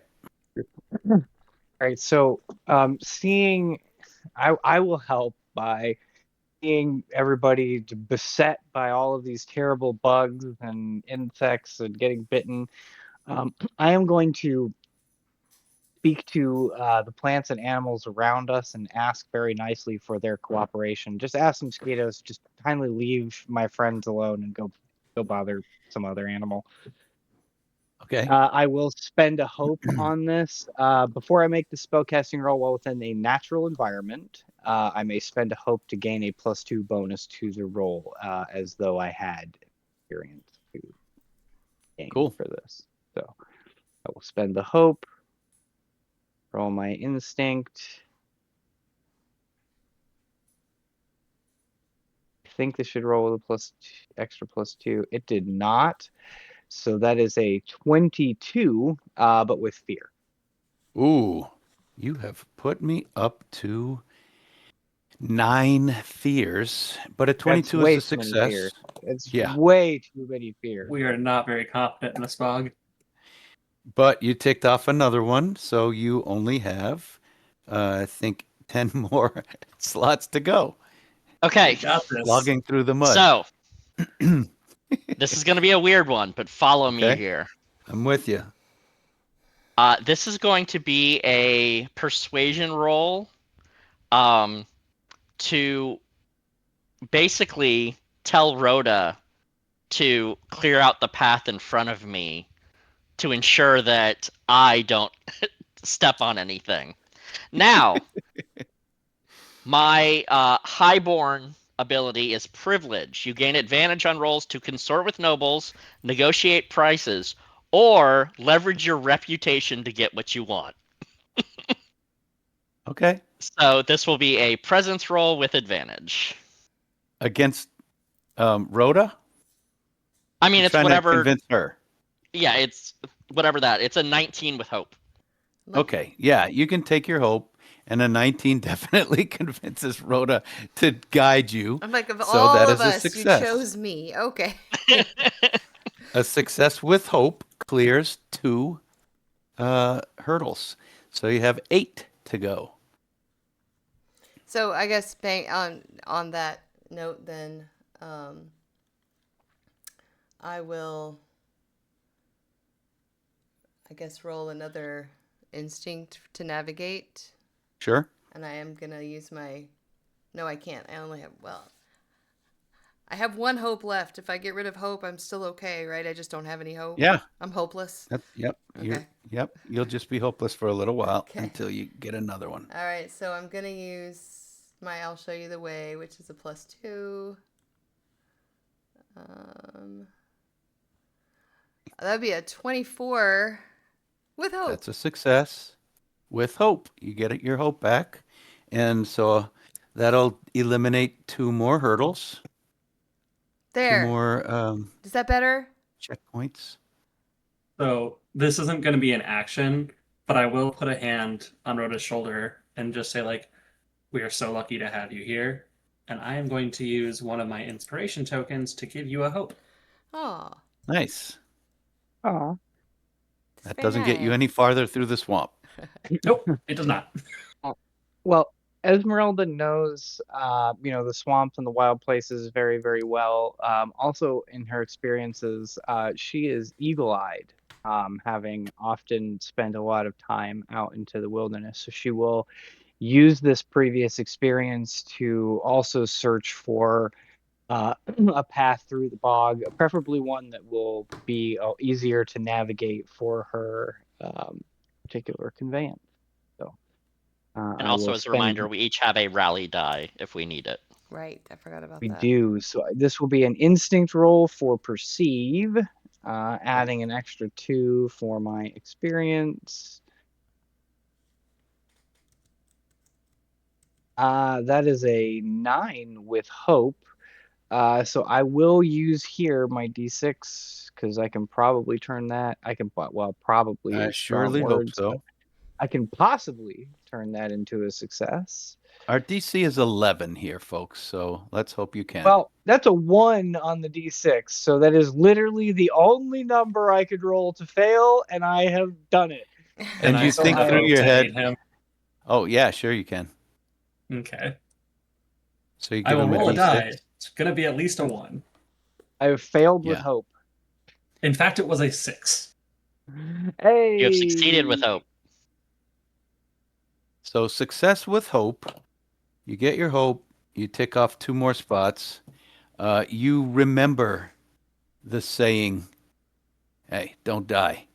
And it doesn't do anything for you. But then Vathina just gives you a little push from behind, a little pat on the booty, and your cart surges ahead and you clear the way. in between the tree roots. All right. So we have to clear 4 more spots. Remember, guys, if you roll the same number on both dice, which I'm surprised it hadn't happened yet, that is a critical success. Even doesn't matter how high or low they are. So let me know. Well, Athena, I don't know if this is going to help our tracker at all, but after we've been struggling for so long and things are finally starting to go our way, and we can see what I'm assuming is what we assume is the end of the bog in the distance, Athena's going to like pull herself together and try to rally everyone and be like, we're almost there. We've got this, you guys. Let's work together as a Okay. team. We can do this. And I'm going to use a presence to, should I say, persuade Okay. everyone to like try harder and work together. Yep. That works for me. Okay. And then I will have advantage on that just for being for my ancestry. Mm-hmm. Advantage is a D6. It's a 20 with fear. All right. I appreciate your addition of fear, which puts me up to 10. A success with fear ticks off 1 more spot as you slightly rally the gang to surge forward another step or 2.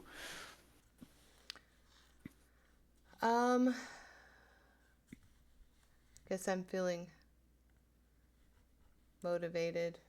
For You're some hopeful. unknown reason, I am. Sounds very motivational. Yes. I'm just gonna. My wavering I don't know voice. why I'm motivated. I can't explain it, but I guess I am. I Yeah. reckon. It's for Killian. You need a clear path. Yeah. And don't die. Yeah. Yes, it's for Killian. Come on. I'll show you the way. Excellent. It is all coming together. That's a 12, unfortunately, with fear. Thank you for the fear. A 12 is a success. So success with fear marks another. You have 2 more hurdles to surpass. You can see the far side. You see the ground swelling and lifting into like a levee on the far end, but it is still sticky and deep. Killian is going to pull the knife from his belt, and he's going to cut through vines and vegetation to make it easier for him to step and for the wheelchair to get through. Okay. So I'm making a strength check.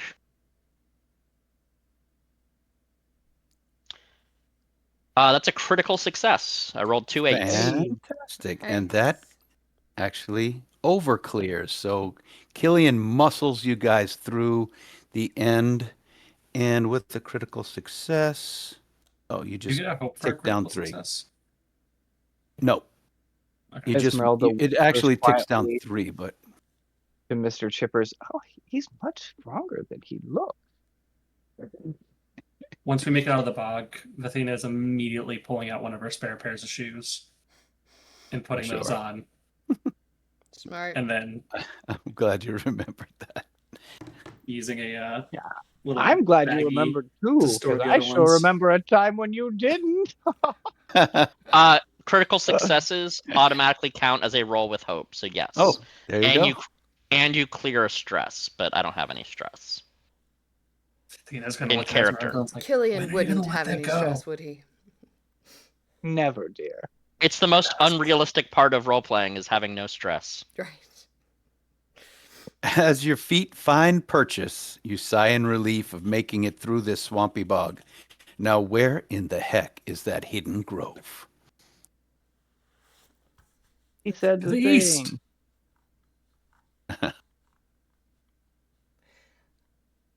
We wrote it in there just to amuse ourselves. Dana's gonna I try thought to- it. I was like, I know who wrote that in there. Scott and Jack. Question, how wanted are we something knowing which to do with direction's it east without when a we sun? ran it. I wasn't guess gonna one bring of it you up. guy knows. Somebody had to. Somebody had to. They put it in there. You can smell The animals east have on the told you. wind. Is there? This is sort of. Do we think that we're kind of nearby the mother tree, or do we really not know? Well, that's a good question. You guys were given a hint when you asked. So now you have to put your brains together to figure out where the grove is. I need a group knowledge roll. Okay, so before that happens,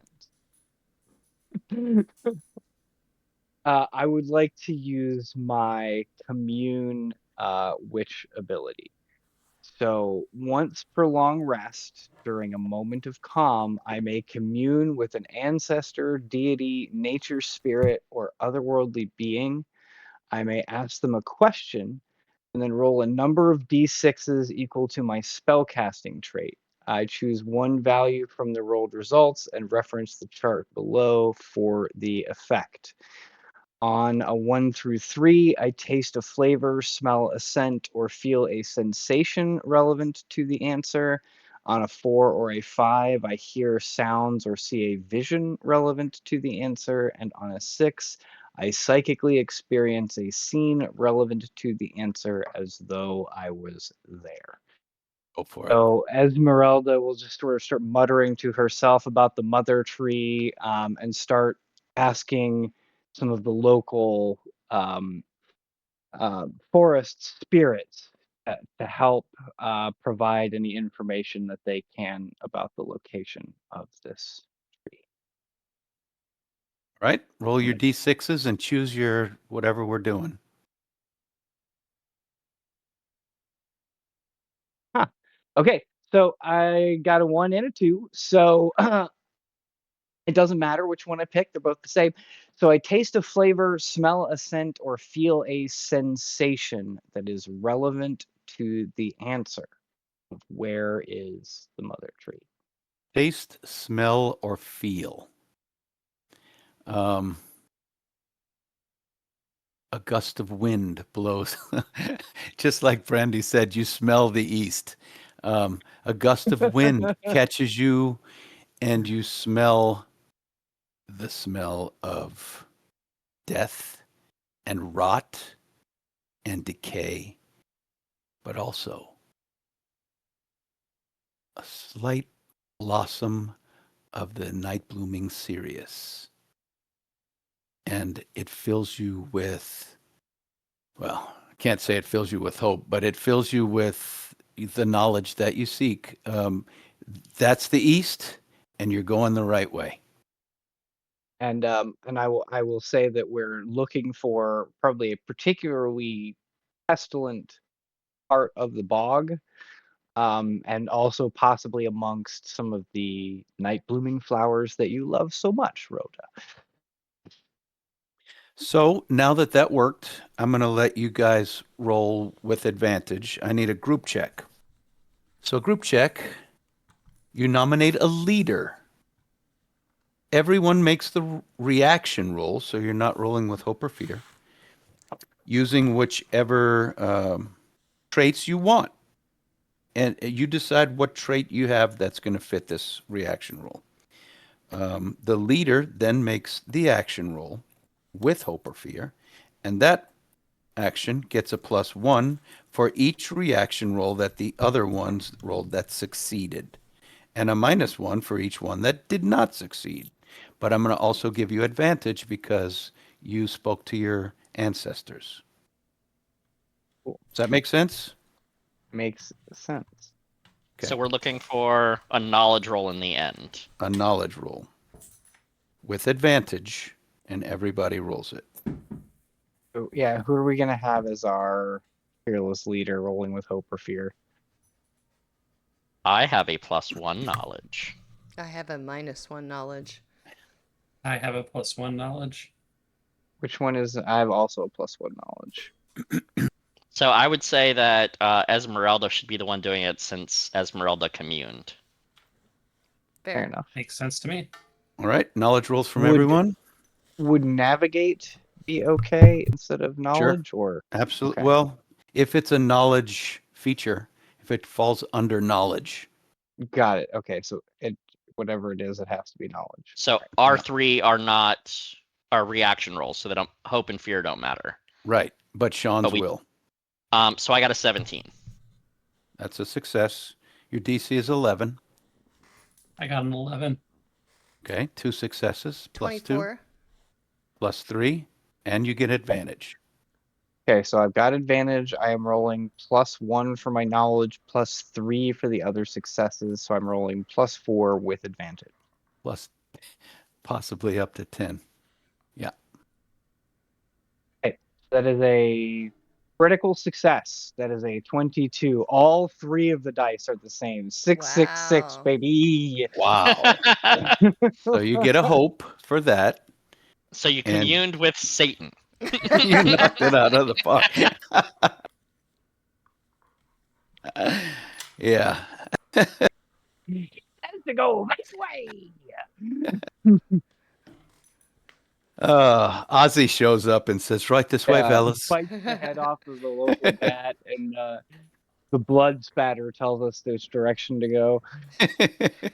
Yeah, I'm underborn. I'm all Uh, Daddy.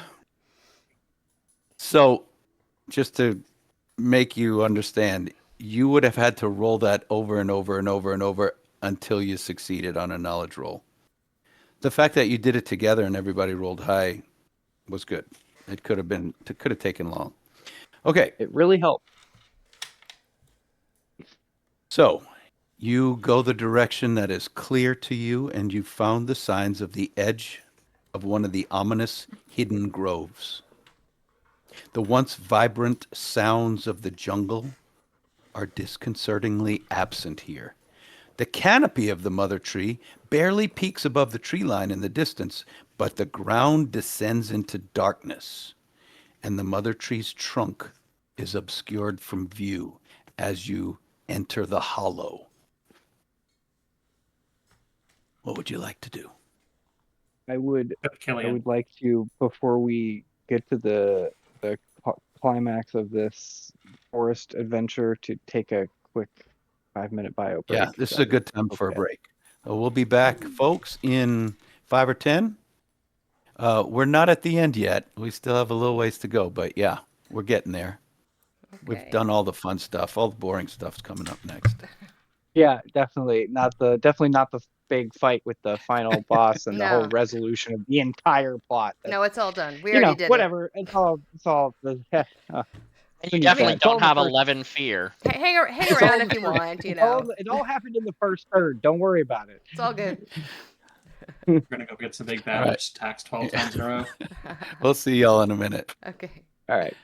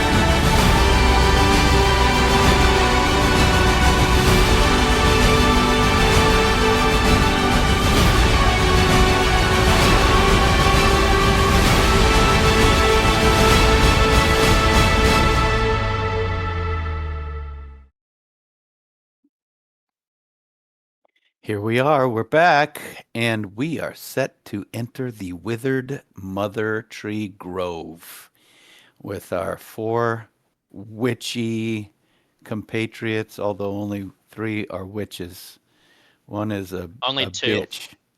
Oh, only 2 are witches. One's a warlock.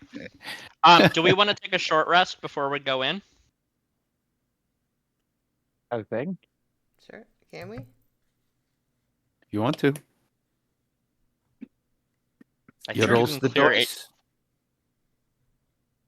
Is that a yes? We're taking a short rest? Sure. Yes. Okay. All right. Does that allow you to make a downtime? I think That's the only we have reason. we have to make a downtime on short rests, I believe. Short rest, you can choose. You can swap any domain cards in your loadout for cards in your vault. Then choose 2 of the followings, or choose the same twice. You can tend to wounds, you can clear stress, repair armor, or prep. And prep gives you hope. So I repair would armor like will give to. you a slot of armor back. Okay. Is that And if you Is that- prepare with someone else, you each get 2 hopes. Yeah, you fixing your armor, it allows you to clear 1d4 plus your tier. So you can roll a d4 plus 1 to add that much more armor back. I'm Or going you About, can do try it. to gain. Yeah, how You about can- hit Go ahead. points? Hit points. Tend to wounds. Describe how you patch yourself up, then clear a number of hit points equal to 1d4 plus your tier. You can do this to an ally instead. Killian's just going to dab his cat scratches with his handkerchief. Okay? I'm gonna gain a hope in my downtime as one of the actions. You said if we do that with someone else, we get +2 instead. Yeah. If someone else I will is also do preparing that, with you. so Okay, I will so you prepare each with get you to 2 get hopes. 2. And then I'm going to make a tithe to my patron with my other downtime action, so as to not to give the DM more fear, Darn, which is almost going to be maxed me out. trying to sneak off where they can't see me and doing my whole little ballroom dance of 2 people with just 1 person. Perfect. I hope you have shoes on. Everybody totally do. sees you, by the way. Oh, I will use one of my downtime actions to repair armor. So I rolled and got a 2, so that clears all of my armor slots. And with my other action, I will also prepare. So I don't know, Rhoda, if you had planned on using one of your actions to prepare as well. You could prepare with the other ones. It says 1 or more members. Yeah. Okay, I will. so I'll prepare. Yeah, so I guess we'll all prepare together. Hope, hope, hope, hope, hope. You just clasp your hands and hope together. gonna Okay. need it. Hold on. Now, since everyone's finished on your short rest, what would you like to do? You're standing on the edge of the descent into the Mother Tree Grove. Well, no point in waiting around. Let's And do then this. Athena will just start walking forward. Hey, I'll follow. Yeah. right.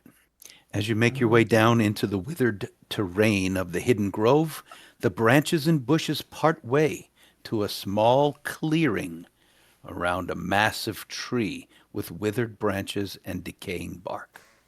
You The said it's dark ground out is- here, right? It Sorry. is. The ground is lumpy with swollen, spiny roots, making your steps difficult as your footfalls pop the occasional pustule of some sort of strange goo. Gross. I like that. Gonna Sorry. end up using my last pair of shoes. There is I'll such have a thing torch as- out, by the way. Okay. It's pretty dark down here. You hear things popping and squelching beneath your feet. Can I look around and get a grasp of not where like- what we're heading for? Yeah, ahead of you, Go ahead and roll what's the perception thing? Perceive details. And yeah. I get advantage because I'm underborn, and so I have the low light living. Okay. So perceive, I get to add that, and then 19. Okay. So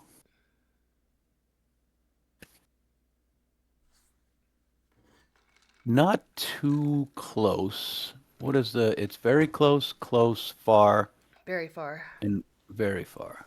I would say in the far range, which is about 60 feet away, there is the trunk of a massive tree, maybe 50 feet across, side to side. It's dark. Nothing seems to be moving. It's very quiet. The noises of the forest have stopped.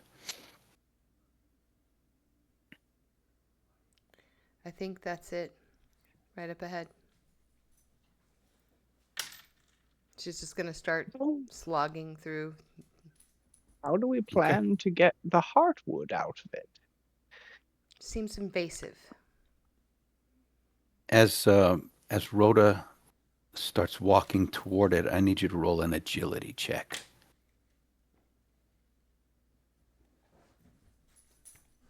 Just me or everybody? Just me. Just you. 17. 17. Yeah, you walk and you feel these little pustules popping beneath your feet. Ew. Oh, was that a fear or a hope? Hope. Okay, take your hope. There are a lot of roots, but you're stepping right over them and moving forward. As she's doing it, she's pulling the little bivalves and limpets out of her pocket and just kind of shedding them as she goes. Because this seems like a great Okay. place for them to be. All right. The groans and creaks of branches moving above you is your first clue that this tree is alive in a not so natural way. As you approach, now so far, Rhoda's the only one telling me she's walking in. Glowing ember-like points open across the bark of this tree, staring in all directions with malevolence, and a huge gaping maw with jagged splinters pointing inwards opens vertically, and you hear a gentle, steamy hiss leaking out. Oh. Well, At I that guess point, that Killian's going to move forward. That's implied. that Okay. will make it easier to get the heartwood. There's already a big hole. Killian, please roll an agility check. I don't want to. I know, I don't Athena blame will you. also move in that direction. So Another agility agility for me check, too. please. Yep. Esmeralda will also roll in that direction. All right. 7, but with hope. Okay, take your hope. I got a 9 with hope, but I'm going to use the inspiration Justin gave us for the D6. Oh, I'm also going to add my D6. Okay. I got a 16 with hope. I rolled So a mine 4. ends up being a 12. Okay. Mine ends up as a 13. All right. A 12. So the DC is 13. So with a 12. And nobody gave me fear this time. That's a bummer. You only have one left. You trip over one of the roots and you fall down. You go prone. You must mark off either a stress or armor slot to quickly scrape off this corrosive goo that you're covered with. If you choose not, you can also choose not to. But if you choose not to, you gain 1 withered token. I will go ahead and mark a stress. Okay? So you're on the ground. I'm Okay, going to I'll just push myself back up. Yep. I'm going to spend a fear to wake up Withered Mother Tree. Because you guys have alerted it, just walking right up to it. So it gets 2 actions on this turn. It's going to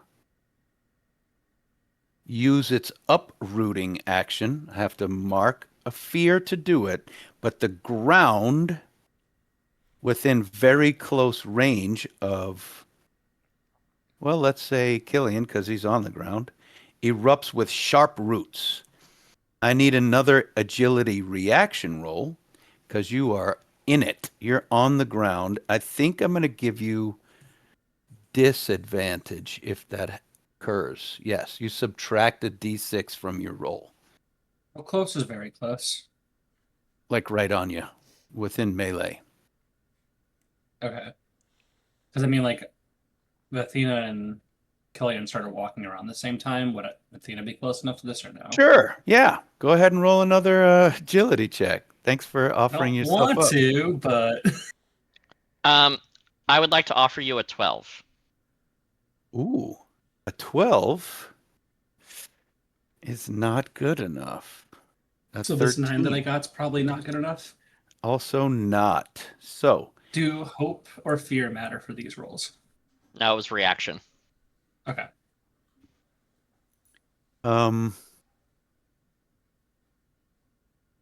you take 2d8. So let's see. First, Killian, 5 plus 5, so a 10 physical damage, and you are knocked back down into the goo, which will either mark another stress or armor, or you may choose to take a wither token. And I'm going go to ahead. first take an armor slot to reduce that to 1 hit point, Okay. and I'll go ahead and take a wither token. All right. So you Um, are one withered token. I'm gonna spend a stress because. Hold on, I Okay. still have to damage Vathina. You don't I have mean, you Tina? don't have to.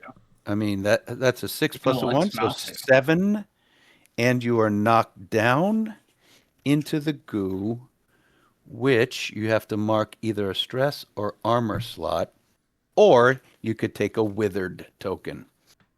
Mark stress, and I also use an armor slot to reduce the 7 damage to minor damage.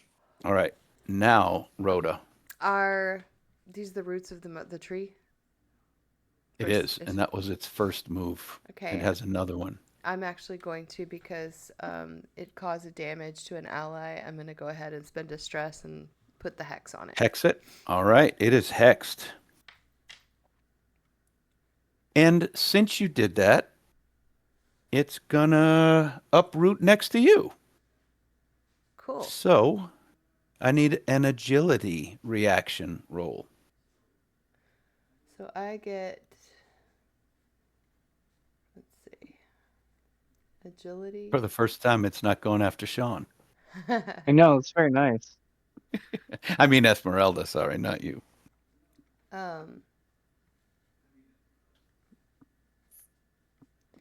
That would be a 15 with fear. I appreciate the fear. A 15 It's succeeds. a reaction, so it's not a fear. Oh, it's not a Oh, fear. not a fear. Never mind. I'll put that fear back. So 15 succeeds. Okay. You are not knocked down, and you don't take any damage. And the spotlight falls to one of you now. I'm going to go ahead and take the spotlight. Killian pushes himself up, and using this is the rousing speech bard ability. He says out loud, "If any of you mention this ever again, I will kill you." And every ally within 2 clears 2 stress, or within far clears 2 stress. That's everyone. Yeah. I Nice. love We all how clear. you threatening to kill me somehow makes me feel better. He's not very successful at his killings, so Yeah, He's so far all he's talk. just ended up on his ass in the mud, so I guess that's true. Athena will then also push herself up. And as she does so, black mist starts swirling around her, and she looks like basically like an enlarged version of herself, as she assumes her patron's mantle, which will cause Cool. her a stress that she just got rid of. And then, does that take like my action for the round, or can I attack? You can keep going. Okay. She's then gonna pull out her wand and attack the tree, I guess. You said there's eyes and stuff that are on it. Uh-huh. She's gonna aim Glowing for one of the ember eyes. lights. Okay. How far does that wand go? Far range. Okay, that you're within range. And you get a +1 because it's hexed. Right. Okay. That is a 16 with hope. Wow, take your hope and you hit it. So I will then spend a favor to use my deadly devotion. Oh, it looks like I can't stack that, so it's just one. So now I have a +1 bonus to my hit points or to my evasion rating until I mark a hit point or take a rest. Okay. And then the damage is going to be 5. Ooh, 5. Okay. That's 1 hit point off Mama Tree.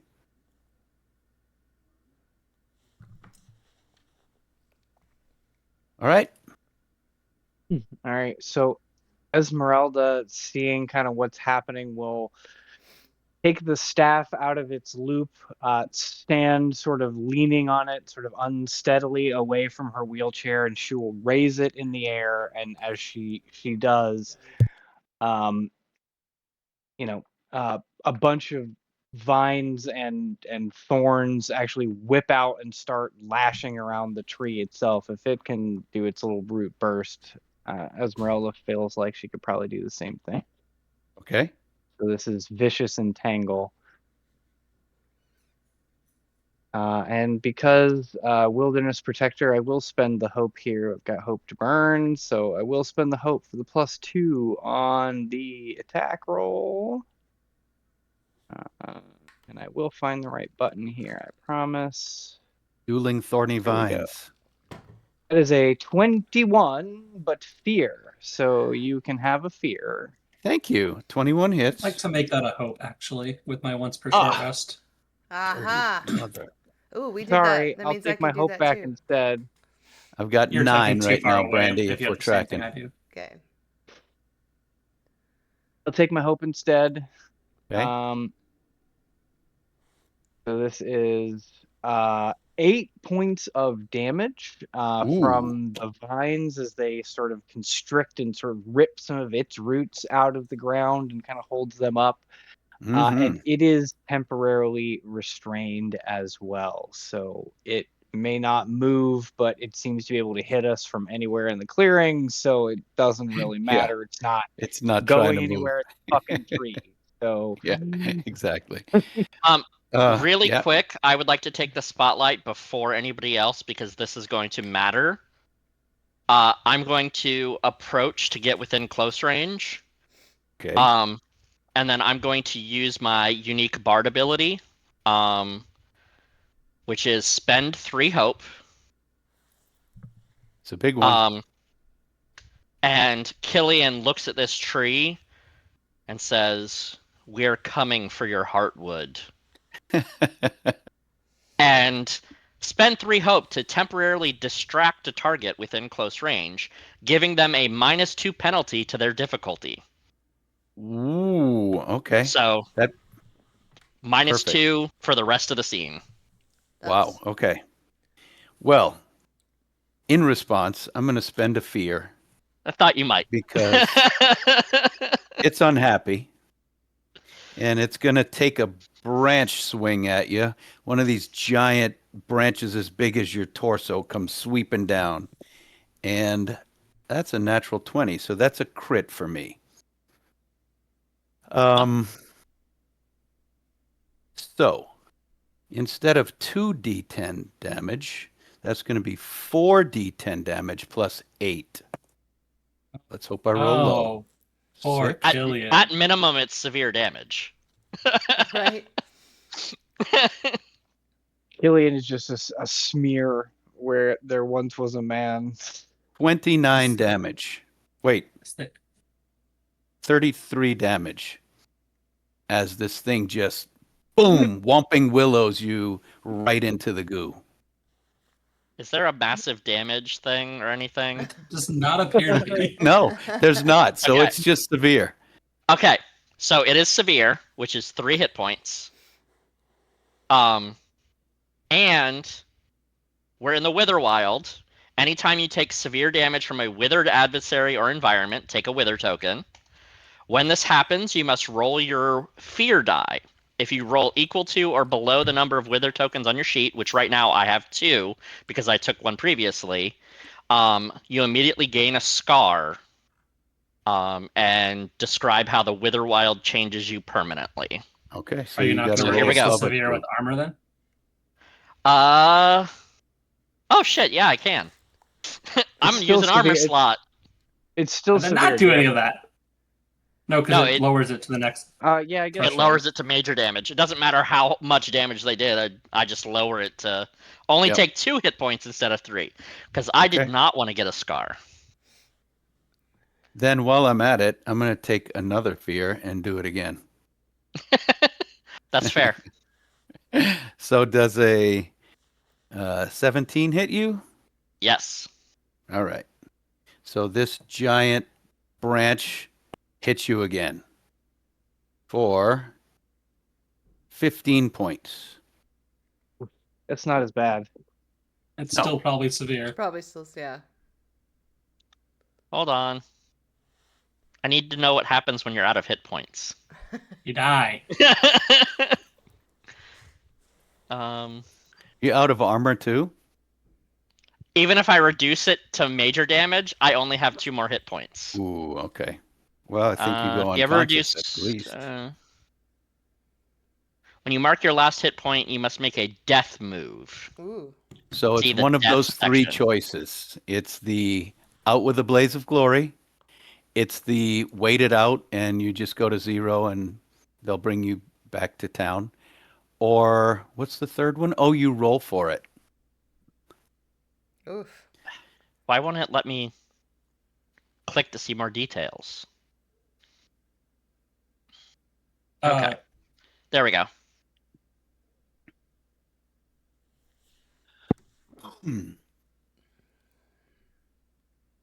Let's hear what you're reading. Oh, death move. Choose one of the following options. Blaze of Glory. Your character embraces death and goes out in a blaze of glory. Take 1 action at the GM's discretion, which critically succeeds, then cross through the veil of death. Avoid death. Your character avoids death and faces the consequences. They temporarily drop unconscious, and then you work with the GM to describe how the situation worsens. Your character can't move or act while unconscious. They can't be targeted by an attack, and they return to consciousness when an ally clears 1 or more of their marked hit points, or when the party finishes a long rest. If your character falls unconscious, roll your hope die. If its value is equal to or under your character's level, you gain a scar. And then there's Risk It All. Roll your duality dice. If the hope die is higher, your character stays on their feet and clears an amount of hit points or stress equal to the value on the hope die. If the fear die is higher, your character crosses through the veil of death. If you critically succeed, your character stays up and clears all hit points and stress. Okay. What's it going to be? Killian is not a blaze of glory kind of guy. Fair. Killian is a kind of guy. Killian's going to be a risk it all kind of guy. Okay. So if I get hope higher, I'm alive. Yep. If I get fear higher, I'm dead. That's still kind of a risk it all Oh, yeah. blaze of glory thing. Okay, let's see what you got. Ah. Here goes. Ah. Holy shit. I got a 10 on the hope and a 2 on the fear. I clear all my hit points. Wow. So tell me how you do it, how you heal yourself after this monster shot from the tree. So this big tree branch comes down and Killian just grits his teeth and he catches it on his shoulder and throws it off of him and then just brushes off his shoulder. Okay. See if Athena like snap her fingers. And I'm going to say when that happens, when you catch that giant branch, there's a glow, like this orange glow that's coming out of these eyes, comes into your hand and into your body, and you absorb some of the tree's magical power, and Nice. and you feel a lot stronger. Damn, that sucks for me. Empowered by Yeah. those loving thoughts And of me Tammy too. I mean, Joe and yes. Bobby Joe waiting for you at home. I can't like- go out. I have children. I like the balls that it took to roll that, though. That was good. Okay. So, I still have lots of fear, but I'm going to let somebody else take spotlight for a minute. I'm gonna be inspired by the previous use of vicious entangle, and I'm gonna add my little creepy crawlies to the, I don't know, the other. To the entanglement? Yeah, Okay. I'm gonna entangle it further. So, yeah, dueling vines again. Yeah. Ah, that would be a 15 critical success. Nice. So, yeah, your vines instantly just latch onto this tree and start peeling chunks of bark off its face. What's the damage? The damage. Do I get any? Is it just? I don't add to it, do I? Okay. The hex Critical doesn't damage does come do in here. something. Yeah, I know. That's why I was. Is it double? Or Critical maybe an extra success. D? Let's see what the search function says for that. No results found. Critical success and damage. You get hope and clear stress on a critical That's just for a success. regular criticals. If your attack roll critically succeeds, your attack deals extra damage. Start with the Okay. highest possible value the damage dice can roll, and then make a damage roll as usual, adding it to Yeah. that value. So Cool. So you it's an essentially 8. get 2 damage dice, but one of them is automatically maxed. Okay, so it's a D8 for me. Mhm. So you D8 have plus 8 8. Plus, yeah, D8 plus whatever 8. the D8 is. Yeah. Yeah. Hell yeah. So that's going to be an 8 plus a 6, so 14. Nice. That is severe. It Plus- takes 3 hit points. Yep. Athena's going to take the spotlight after that and apparently do what's called Voice of Dread, but is really just vicious mockery in this instance. And I Okay. am going to taunt the mother tree that she was not able to kill the bard. Okay. The nobleman. All right. You hit that guy so many times and you didn't even fall down. So good news. And Oh, bad yes, he news. did. Oh, speaking of, you did go down with that hit. You're on the ground. You're going to have to scrape that goo off of you again. All right, go ahead, Athena. So the good news and the bad news is I'm pretty sure the 19 succeeds on the spellcasting roll, That is correct. but it succeeded with fear. I'll take it. Thank you for the fear. I'm up to 8. So now the tree is to mark a stress, because I stressed the tree out, and All they right. are now vulnerable temporarily, which means any attack made against them will have advantage. Okay. Nice. And +1 because it's still hexed. Which I could end with a fear, couldn't I? Yeah, you could. I but don't you think have you to can end spend either a of them with fear. fear. I think You it's can't 2 for add you. attack. It's equal to whatever your spellcasting All right. rate modifier So is for your hex, thank you right? for that fear. And I don't need to spend one because you made it my turn. And so it's going to swing down a branch at Athena. Oh, thank you. An angry branch. Does that hit with a 13? On the dot. On the dot. All right. That's a big whomp. 7 plus 6, which is a 13, plus 4. So 17 damage as a huge body-sized branch catches you in the rib cage.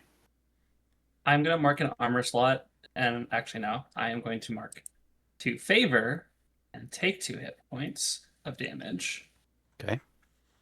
And then because I took a hit point, I lose my bonus to my evasion. That I was getting.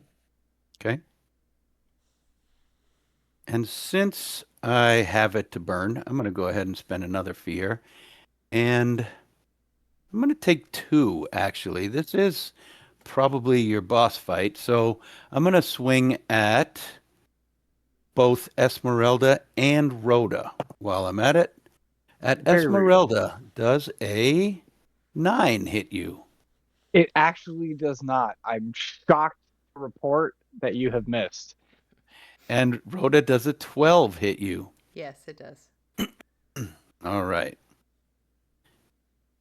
5 plus 7, 12 plus 4, so 16 damage to Rhoda, and Esmeralda manages to evade this sweeping blow. If I It take an pulled its armor punches slot, because I'm also a plant. It mistook me for like a cousin for a second. It's like mushroom. Oh. Fair. when you have the damage, when you do an armor slot, what does that do? If I was going to take 3 You can HP. then you would take 2 Okay, instead by using an armor. got it.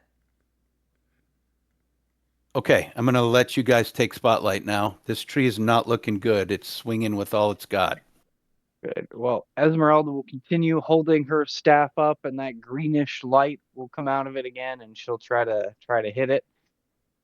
I think it's time for a tag team. Okay. Tag team. I'm gonna tag team. I have a great idea. Okay. Are we able to do it together, or is only one person can at a time? Once per session, each player can choose to spend 3 hope and tag team. Oh, I've already done it. You've done it. Yeah. I can So- do it. Well, Vathina said they wanted to, Okay. so do you want to continue, Vathina, or let Rhoda do it? Yeah, unless It'll there's cost you 3 hope. yeah. And initiate a tag team roll between your character and another PC. When you do, work with the other character's player to describe how you combine your actions in a unique and exciting way. You both make separate action rolls, but before resolving the roll's outcome, choose one of the rolls to apply for both your results. So, what's the plan? So how are you doing your attack to start with? Well, what is your attack? Like, what do you do? What do you have? My standard attack is like a wand attack. A wand attack. All right, perfect. So, Esmeralda also has a staff that kind of does greenish energy. So, basically, as I brandish my staff, right, to do the energy, you could brandish your wand and add it, and basically do like a Ghostbusters, like don't cross the stream kind of scenario. They spiral around each other, double helix Yeah. style. Exactly. And I have spent a hope for Wilderness Protector, so I am rolling this with a +2 and with advantage, And with a +1 because of Hex. and with a +1 because of Hex. This is a Mhm. +5 plus advantage. All right. So, but Sweet. both of you roll, and you take, and then you choose who you're going to use. I got a I've got a- 27 Okay. with hope. With okay. With hope. I only had a Okay. 15 with hope, so I'm assuming we're taking the 27 with hope. Both of you get hope this time, Yep. and then you we both both roll roll damage and damage. add it up. Yeah. To kill this thing, you need to hit 7. I rolled 7. Okay. Get fucked. Let's hear what the total is. My roll is 6. That's pretty good. 13. So your green energy spirals in right into that big gaping maw, and the wand pierces right through the helix, and you hear cracking and creaking inside, and the little lights start winking off one by one, the little eyeballs, and you see the thing go "Ugh," and sigh, and the mouth is gaping open, and the big branches hit the ground, and it goes dark. That's what you get for infesting my swamp. I kind of tap her staff on the ground, and then remember that she's not very steady, and sort of sink back down into her chair. Put the staff back up. So That was a lot easier with legs. So we get this heartwood. We just reach in and grab it? if you want to go up and look, Yeah, I will. you Does hear anybody the have faint, an axe? an axe. You hear a faint beat of a heart. Thump, thump, thump, thump. Oh, it's way Right more past the literal than I splintery teeth. expected. Thump, thump. I'm gonna hear Thump, that, and thump. I'm gonna kind of like look a little shocked, and I'm gonna back up. Ian's just gonna reach in to pull it out. Yeah, Esmeralda's not too worried about that. Like, yeah, absolutely. I will 100% help with that. Sure. With I'm not going to make y'all roll for it. With a little effort, you rip the loosely attached, still beating chunk of wood. It's just kunk kunk. It's like it's pulsing slightly. You rip it out, and it goes dark. Heartwood appears to be a little on the nose. Yeah, that was way more literal than I expected. Okay, so we should go back now. Let's turn around and go back now. Back. We probably should leave these woods before it gets worse for us. Yes. Do we know of a different way back besides the bog, or are we going through this bog again? I only have one more pair of shoes on me. Was not prepared for this. I would like to use commune. And I To would do like to ask the faint deity that I worship or follow. Is it Uve? Who is Watcher of the Night Bloom and helps travelers with directions. I would like to ask if there's another way back that is less dangerous. Does that cost you a roll or anything? Yeah, I have to roll a number of d6 equal to my spellcast trait. Oh, right. Same like Sean did. Okay. So, And then tell me which effect you prefer based on the rolls. okay, hold on. D6.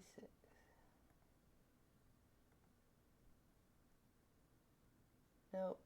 Hold on. I like that divination comes with that like you taste this flavor or smell a scent. You know, I think that's really evocative. I really like that that's the answer to a divination.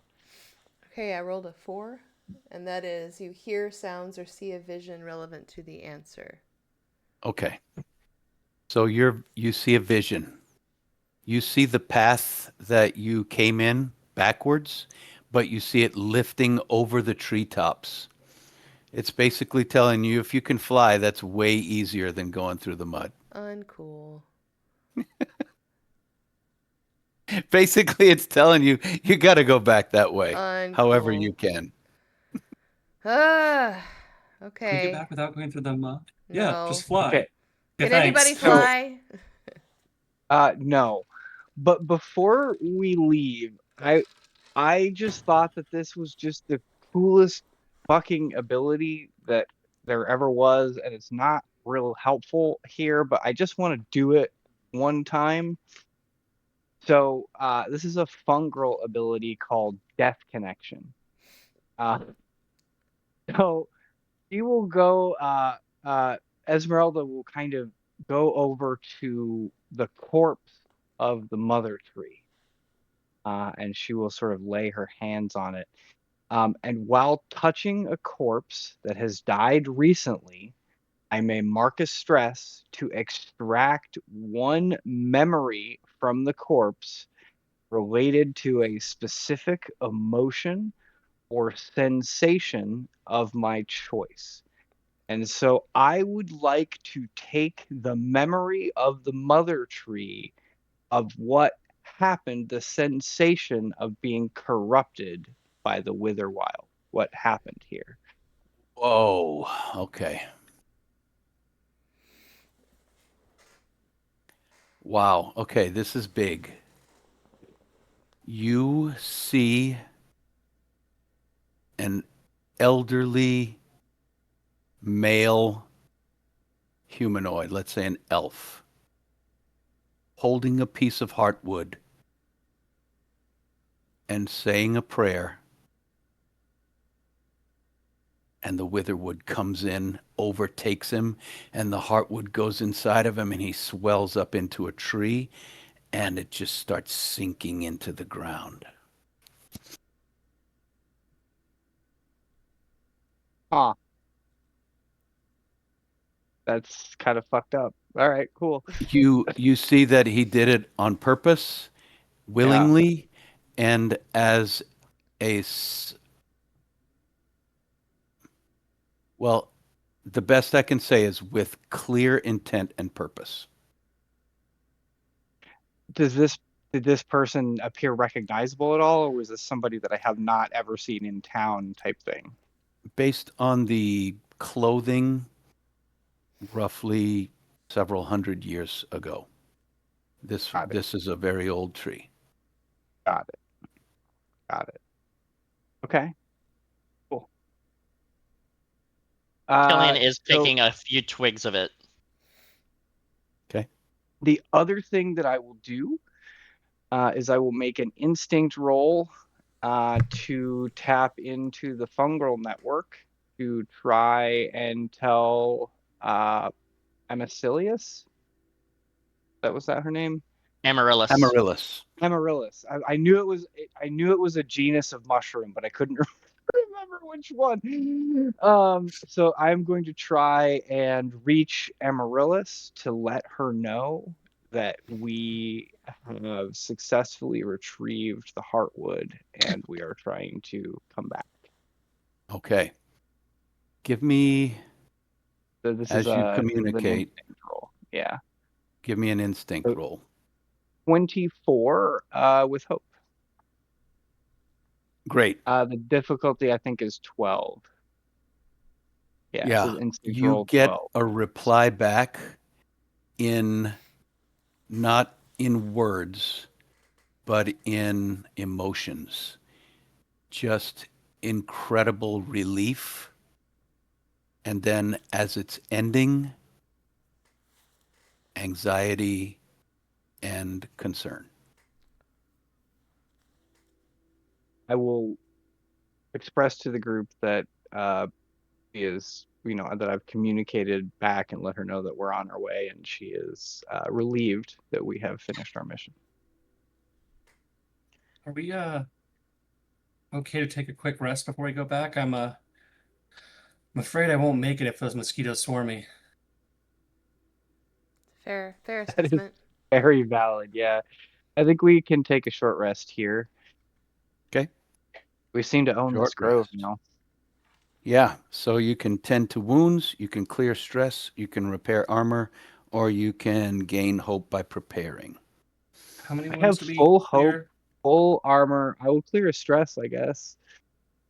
The other thing that I will do during this short rest is just exposition dump what I learned from the mother tree, essentially that it was created a couple of hundred years ago and like some force has animated the Witherwild, essentially, right? Like something is sacrificing itself to the Witherwild to empower it, is essentially what I saw, right? Well, with that incredibly high roll, it was not trying to help the Witherwild. It was doing it willingly, but you don't think they were trying to help the Witherwild. They looked happy and normal and willingly giving themselves over for a purpose, but you can't tell what purpose yet. Got it. Okay. Oh, so there's a downtime button that you can select your actions from in there, and then you can hit confirm, and it'll automatically apply it to your character sheet. Yeah. It's cool. All right then. Well, unless I'm anybody going to can be fly, preparing let's if anybody's preparing. go. No, Anyone? No. I am All not. right. I'm Okay. full of hope already. Cool. I cannot be any more prepared. Same. All right. With the Heartwood in hand, you head back to town.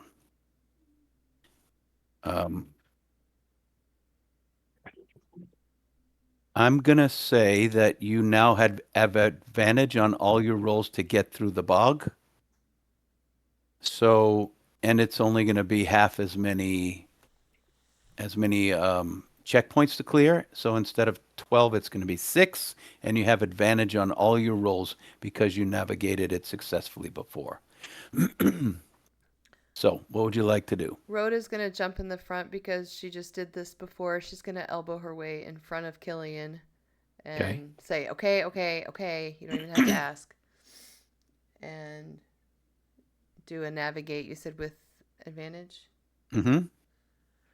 Okay.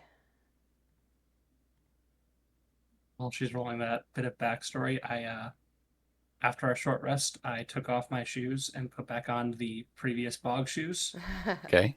to get ready for the bog. Perfect. So that's 11 A bug with shoes. hope. But does that 11 with hope.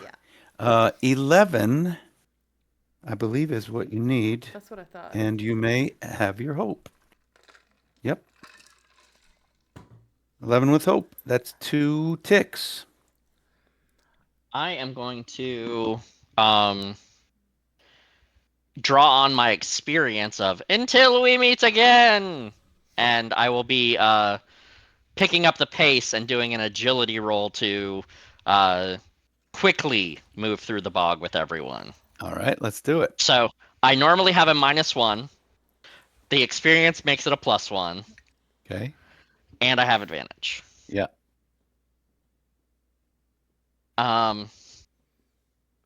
10 with hope.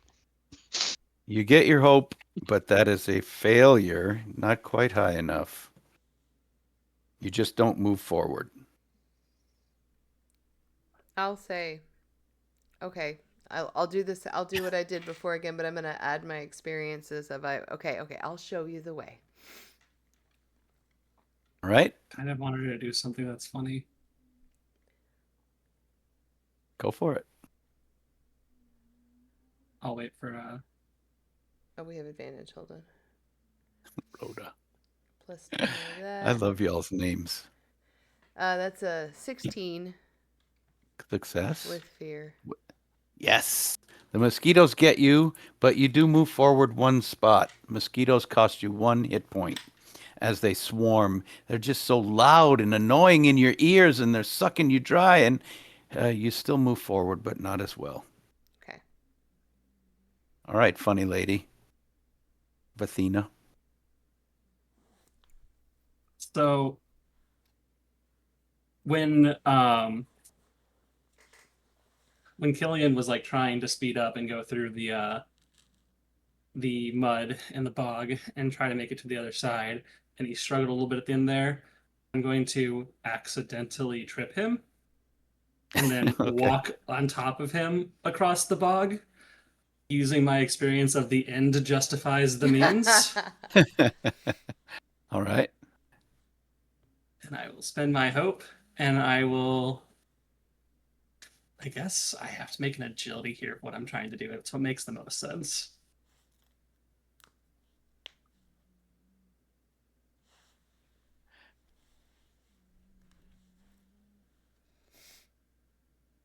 And then I will get a 12 with hope. That's a success, and you get a hope. And I'm gonna say Killian grabs your foot and gets dragged along behind you through the mud, and also moves forward. That's Okay. valid. We have 2 more things to pass. If somebody can clear 2 more. I'll go again.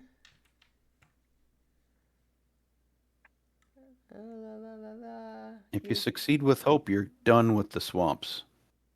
Okay. I'll spend another hope to use an experience, right? Yes. Yes. Okay, with advantage. That would be 18 with hope. There you go. Success with hope, and you guys get through the swamps. As you are coming out the far side, you hear cough.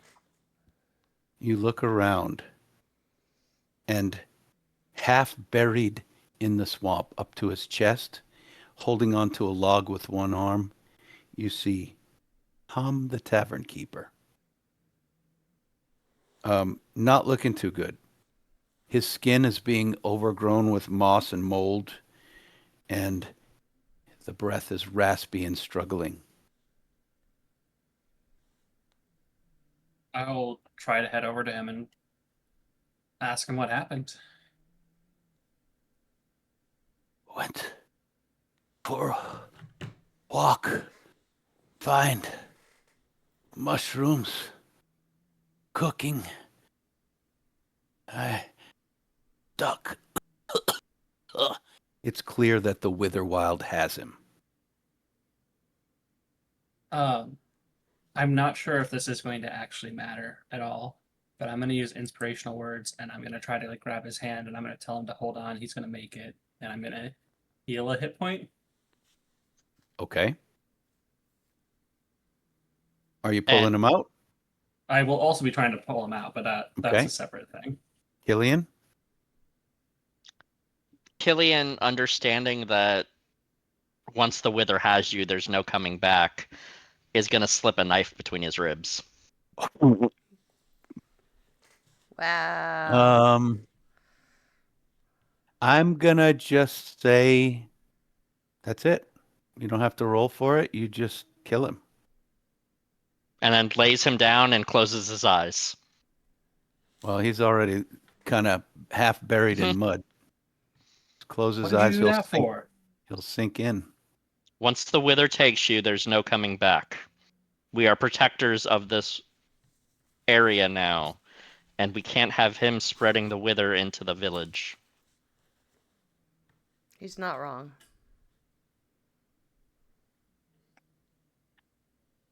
And I'll keep going. Athena will look not pleased, but understanding. You all He will take. Yeah. Esmeralda on. will whisper to her squirrel, "Not wrong, but he is an asshole." You guys all take 2 stresses from this experience for your own personal reason. Killian has moved farther from the whatever. I don't even know how to describe it. He's moved farther along the path he was already on, and the rest of you guys are farther away from him after he. Oh, maybe not Rhoda. Rhoda was fine with it. Okay. So I was gonna say, anybody that's in nature understands you gotta clear some weeds. Yep. Might be why she had to leave her town before. I think "not wrong, but an asshole" sums it up. His So you character, guys- yes. Yeah. you guys, for sure. He thinks Killian's starting to seem like a weed. Ooh. Ooh, spicy. You struggle back into town, chunks of mud flaking off of your clothing, and you cross the spot that used to be the line that marked the edge of town. It's not there anymore. You still have to go another 100 yards deeper in. The Witherwild is encroaching. You can see the edges are even almost visibly swirling, writhing forward as you step over them into the town. You return to Amaryllis's house, and Esmeralda will make a point of like rolling over one of the ends of the squirming vines. Just Mhm. burp. it pops, but there's a million more. Yeah. Sure. Esmeralda is waiting inside of her garden, Esmeralda. expectantly. I'm sorry, Amaryllis. Wow. Poor I have a Esmeralda was garden suddenly. Amaryllis all the time. Or- I could. Where's the "be in 2 places at once" feature? I Right? don't think it's on here. There's She, some Palpatine level stuff going on. Dimension door. hope is filling her expression, and you see that her lawn, her garden, have grown beyond their well-manicured beds and boundaries, and the glowing bulbs of the plants seem to be flickering when before they were steady. We're back. We have what you asked for. She raises trembling hands and takes it from you and cradles it to her chest, and you can see her head fall. And when she looks back up, her eyes are filled with tears. And she says, "You have all been proven worthy. Are you still willing to form the coven? Yes. Yes.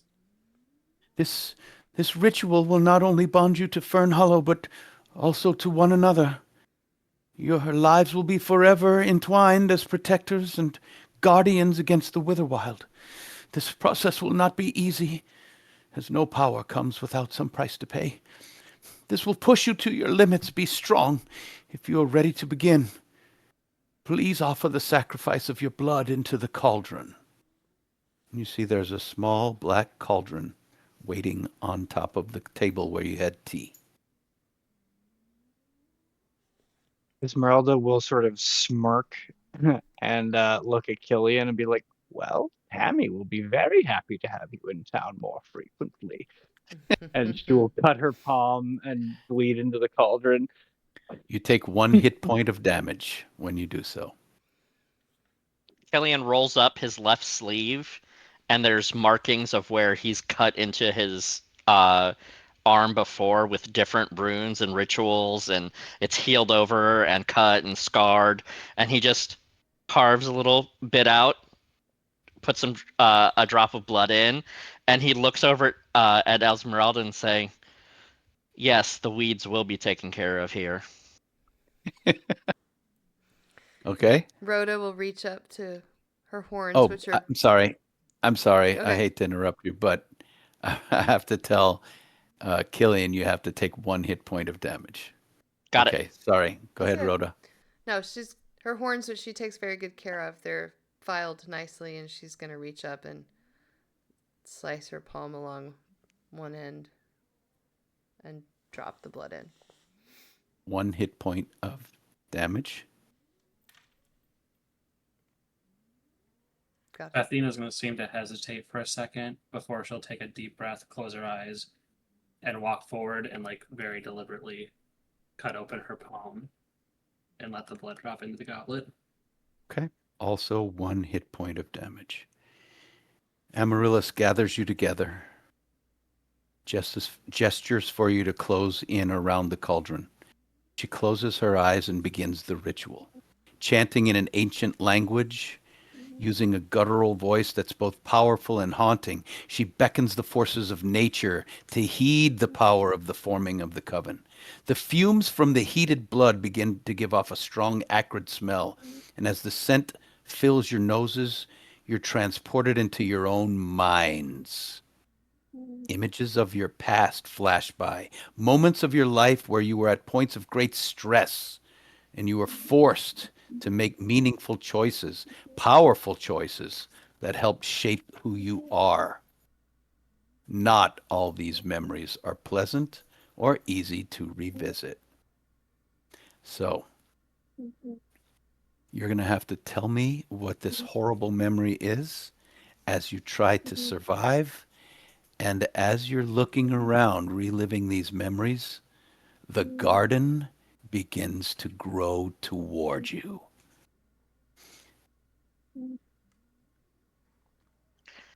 Killian, his unpleasant memory, Meeting is Tammy. no, he actually likes that memory. He just doesn't like her. Um, Killian's memory is when he was young, maybe 8, maybe 9, um, being in a noble family that earned their money in not so pleasant ways, oppressing people uh, and just generally looking down upon common folk. When he was 8 or 9, he spoke up for some hungry kids that were lowborn and homeless, and his father took a gauntleted hand and backhanded him, breaking his nose and blood spilling out into the mud. And Killian, from that point on, never cared about the lowborn again. Please Athena's roll. Oh, hold on. Yeah, please roll an action roll of your choice to combat this memory. I'm actually going to roll. It's going to be a knowledge roll. It's going to be the comprehend action. I'm going to kind of peer inside my vision to understand why the coven wants me to relive this. Because maybe it means I need to get the lowborn out of here. Who knows?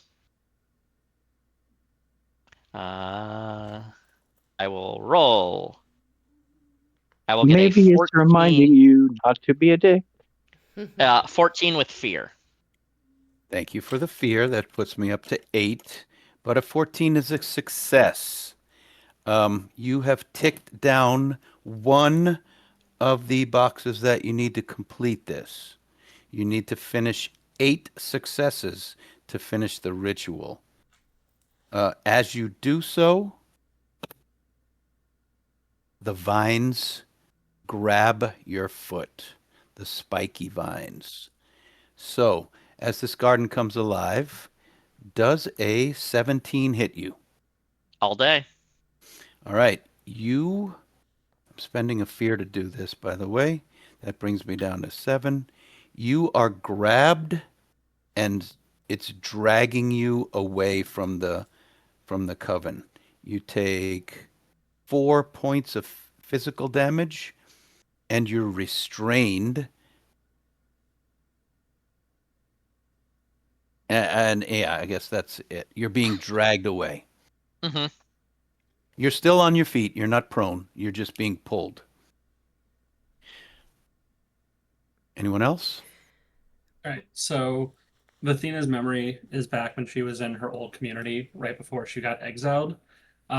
She was actually hanging out with her friend who happened to be the princess of the said community slash kingdom. And they were messing around with this book that they had found in a library section of the castle, when all of a sudden the princess started acting unusual and seemed like she was being taken over by some demonic force that was taunting them about how it's being unleashed on the world and was going to take over the kingdom.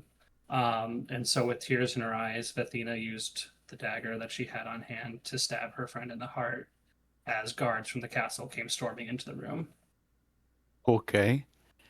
So please roll an action roll to try to combat this memory. Um, so I'm going to roll presence because since that day, Athena has been trying to deceive herself or convince herself that what she did was right and that the ends justified the means. And she will use a hope on the roll for the experience. Okay.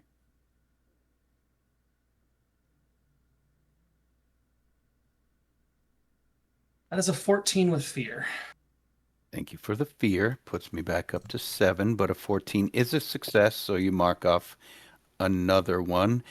The garden starts shrieking. I need everyone to make either finesse, instinct, or presence before you can do anything else to see if you can tune out the shrieking madness.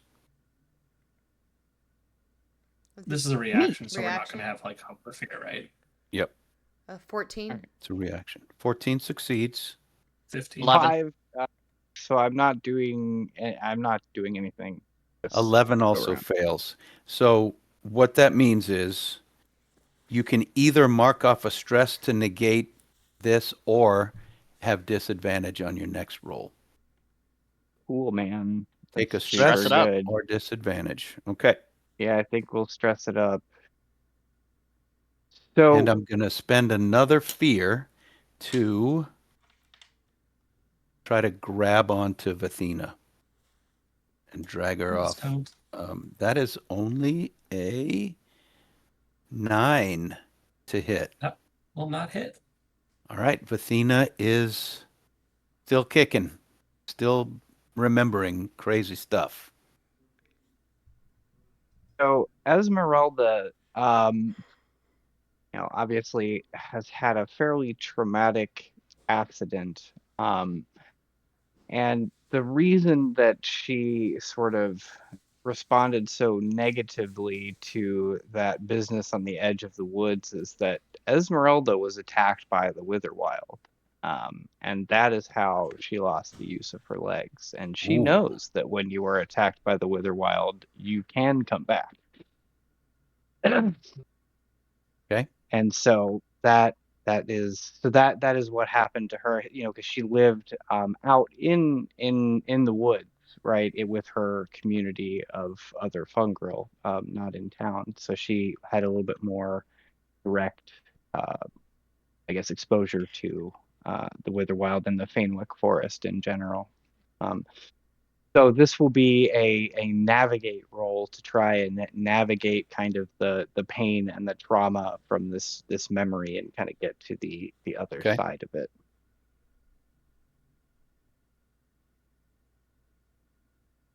As a 21 with hope. That's a success, and take your hope. The garden. Oh boy, I'm running out of fears here. Good. I think your mind, I'm going to still use a fear for this, is going to generate a very frightening memory and target Esmeralda. Very rude. What is the thing you're most afraid of? The thing that I am most afraid of, I am vegetable matter, so fire is pretty horrifying. Okay. A creature made of fire rises up in front of you and comes in for a big hug, a big grapple. Either an instinct, a present, or a knowledge roll to fend off this thing. Right. Is it real or With not? instinct roll, I'm trying to perceive. Hopefully, I will perceive that this is an illusion, a trick of my mind, and this is not a giant fire creature that has been summoned from the beyond to hug me to death. Okay. That is a 14. I guess it's a reaction, so hope doesn't matter. But yeah, that's a 14. That is not a, a reaction. So I need either a Okay, stress 14 with hope. or with hope. There you go. Yeah, it's not real. It's all in your head. If it had grabbed you, though, it would have been real. So you Yeah. fought it away. Phew. All right. Who's next? Rhoda has the memory of her mother coming to her after everyone was asleep and telling her that she had to help her. She was almost grown, and her mother forcing her to help kill her grandmother. And it was a power play for more like witch power. We had to eliminate her, and she is reliving and remembering that happening, but then she's also remembering the look in her mother's eyes, knowing that her mother was going to come for her next. Okay. By the way, I'm charging myself a fear for all of these memories, so I'm down to 2 fear right now. Okay. This is just something I felt had to happen, so I've just been spending a fear every time. So let's see. What are you going to roll? Either an instinct, present, or knowledge to fend off this horrible memory. Your mom was a witch. Yep. I'm going to roll presence because in the memory she wants to deceive her mother's perception, like she is still hiding, like she can't find Okay. her. That's a 10 with hope. A 10 is a failure, but you do take a hope. So we do not tick off another box. I'm down to 2 fears. I'm going to use one to try to attack you with vines and drag you away. Okay. That's a 16 to hit. That hits. And this one does damage. 9 points of physical damage as these spiky vines wrap around your chest and start jerking you out of the circle. I think I'm going to use my last fear to jerk you completely out of the circle and give you more damage. 6 Alrighty more. then.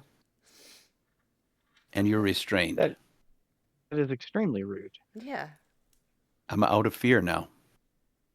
Well, Killian, fighting through the vines that are trying to pull him back, he doesn't exactly have a memory, but it's a deep-seated fear, and the blackness of the inside of his mind gives way to an arch with a priest underneath, and Tammy Joe in a silk white wedding gown, obviously pregnant.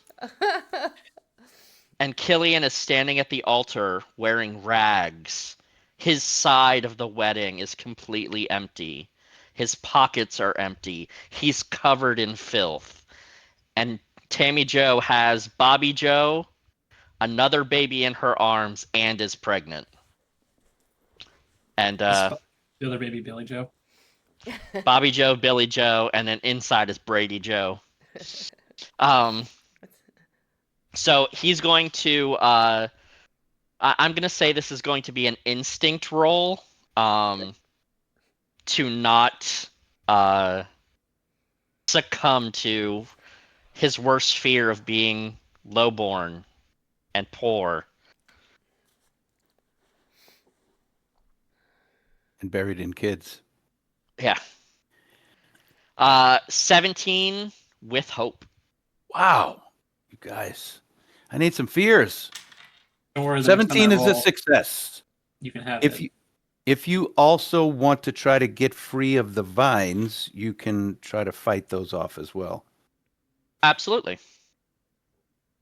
Strength roll to smash them. Finesse, instinct, or presence is what. Hmm. Oh, actually, no, that's wrong. Yeah, you can do a strength. Go ahead. Try to rip Okay. free.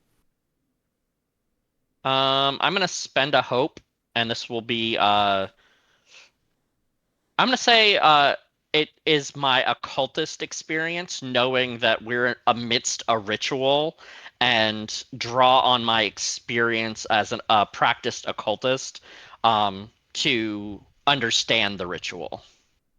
And you So have a I'm little gonna knife too, because you used it to kill Tom. unfortunately that is only a 10 with fear. Ooh, here we go. I'll make it with hope. Oh, It is a 10 with hope. A 10 is a failure, so you still have 5. So I don't have any fears. You're going to just keep reliving these memories until either you fail and give me some fears back and I start hitting you, or you finish the ritual. So anyone can go now. You're still living through the same memory. So I would like, I don't know, maybe this is kind of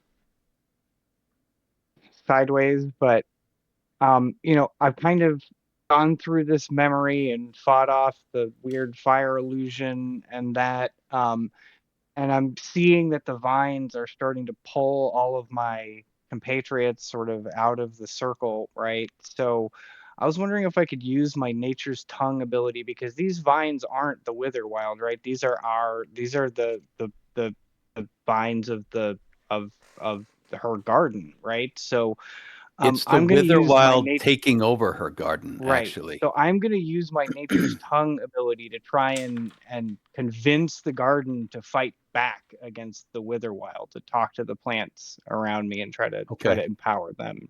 You can do that. You also have to fight off this memory. Can do. So the first one, the talking to the vines. Let's go do that one first. Sure. I'm within a natural environment, so I am going to spend a hope to get the natural environment bonus here for this roll. There's a 22 with hope. Wow. Okay. So I big up the plants for sure. And then you said I have to fight off this memory. Mhm. Well, I've already navigated it, so now I am going to try and comprehend this memory, try to understand its place in Okay. my life and kind of how it has led me to this moment and why Sounds good. I'm joining the coven. 15, but you may have a fear. Thank you. You're So- so welcome. That was a success. So now we're down to 4 to finish the ritual. The vines, though, are listening. I mean, that was a very high roll, 20 something with hope. They're retreating from you at least. They're not attacking you again. I'm going to use my fear to go after Bethina. I was trying to help Rhoda. Rhoda's already got, they already Yeah, got you already her. Ooh, talked. Sorry. Yeah. 21 to hit Vathina as the vines leave Esmeralda and wrap around you. It's actually too high. It goes over my head. Yep. It hit me so hard you missed.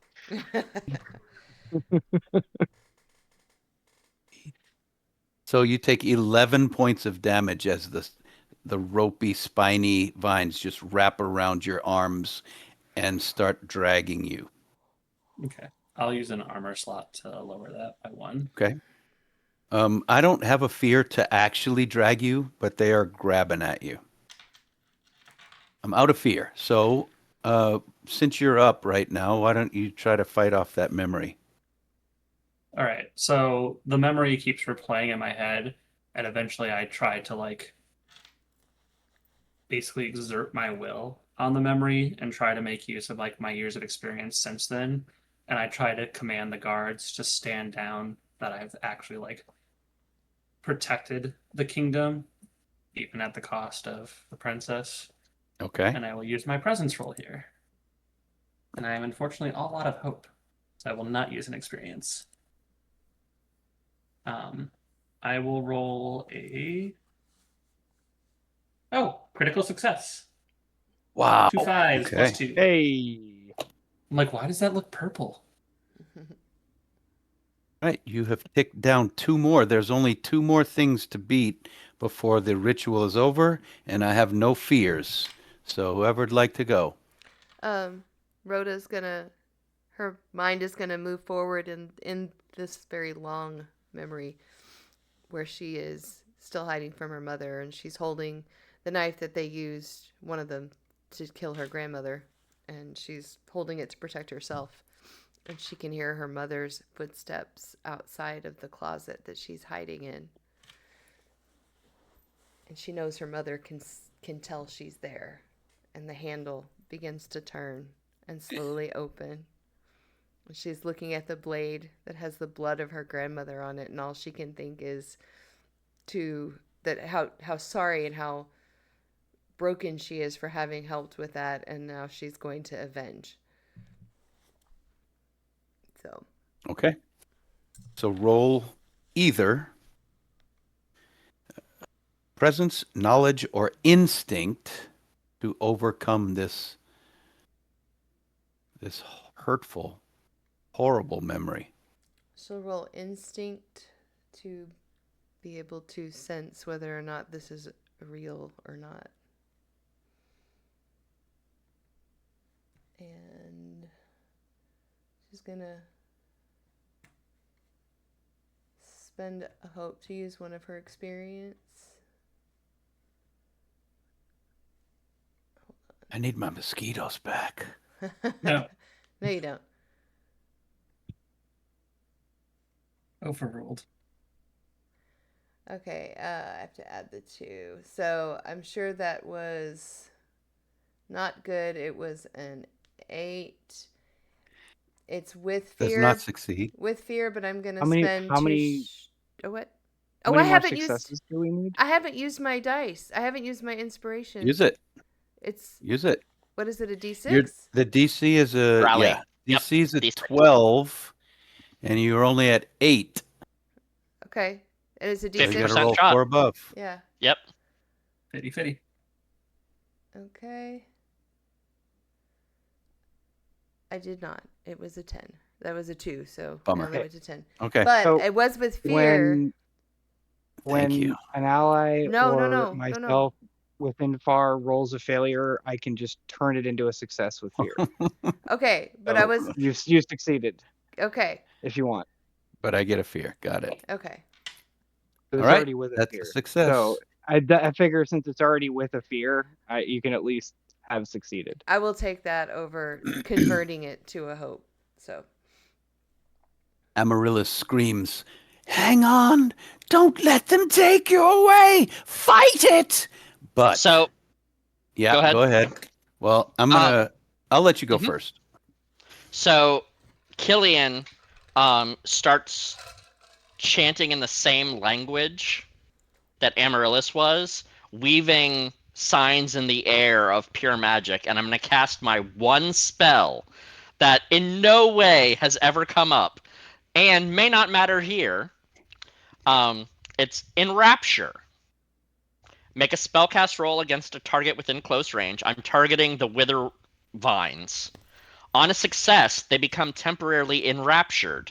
While enraptured, a target's attention is fixed on you, narrowing their field of view and drowning out any sound but your voice. And then once per rest, on a success, you can mark a stress to force the enraptured target to mark a stress as well. So basically, Hold on. Before you roll this, roll an instinct. Is that the one with insight? instinct Which is one are perceive, in- sense, navigate. That's the one I want you to roll. Okay. I want you to consider all sides of this spell. So go ahead and roll that. It It's is a a critical passive. success. Okay. You realize that if you roll it, if you enrapture one of your friends, they can't hear their awful memories anymore. I will do that. Rhoda will become enraptured. I will make a spellcast roll. Okay. Which is presence. That's a cool spell. Roll.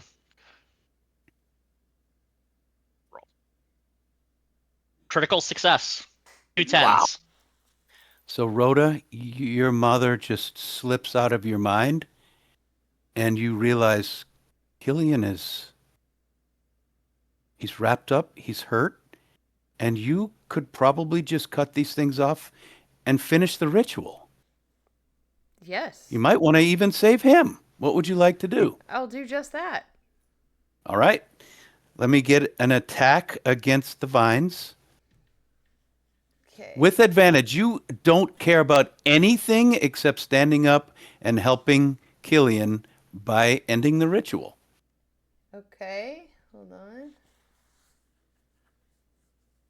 La, la, la, la, la.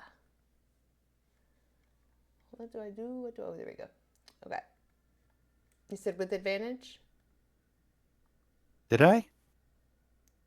Yes. You did. Okay, Okay, I'll then make sure I didn't if I did, I memorize. did.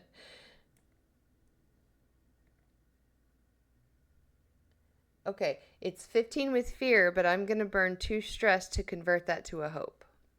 Okay. And 15 is a success. You cut yourself free, and now you have to succeed against this vision that's melting away. Either roll instinct, presence, or knowledge to end the ritual successfully. I'll roll presence. Your DC is 12. Okay. We're And you do have advantage because you don't care about this memory right now. okay. So that's a 16 with hope. You get your hope. And you stand up.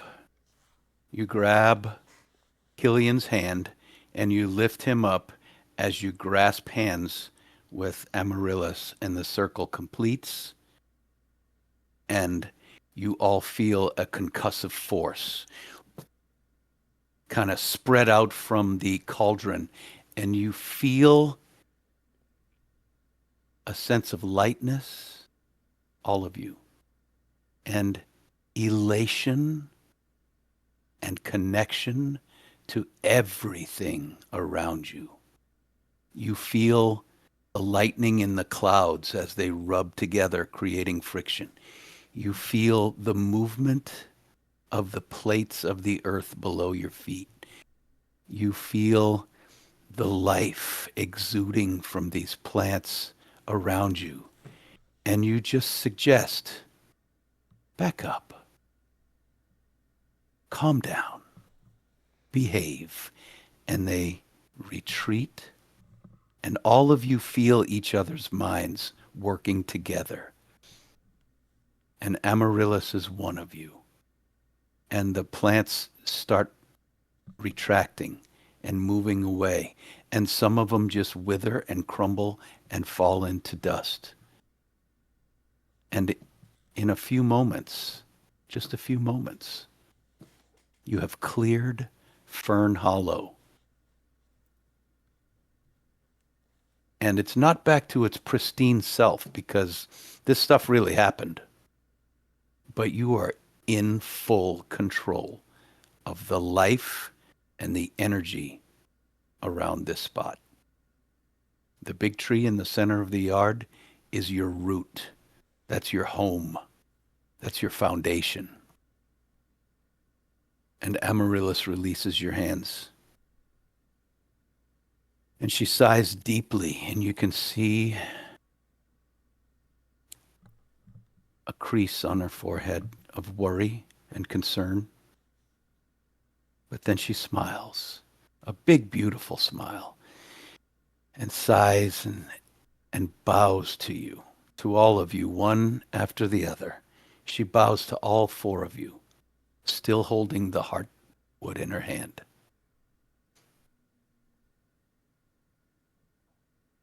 You, she walks up to each of you, and from one of her many pockets, she presses an embroidered handkerchief into your hands, one after the other, saying nothing, but making very meaningful eye contact. You understand. She quietly turns with the heartwood in hand and walks to her gate in the picket fence and turns to look back. Then she, after a moment, she looks at the path that leads into the Fanewick. She says, well, they're all yours now.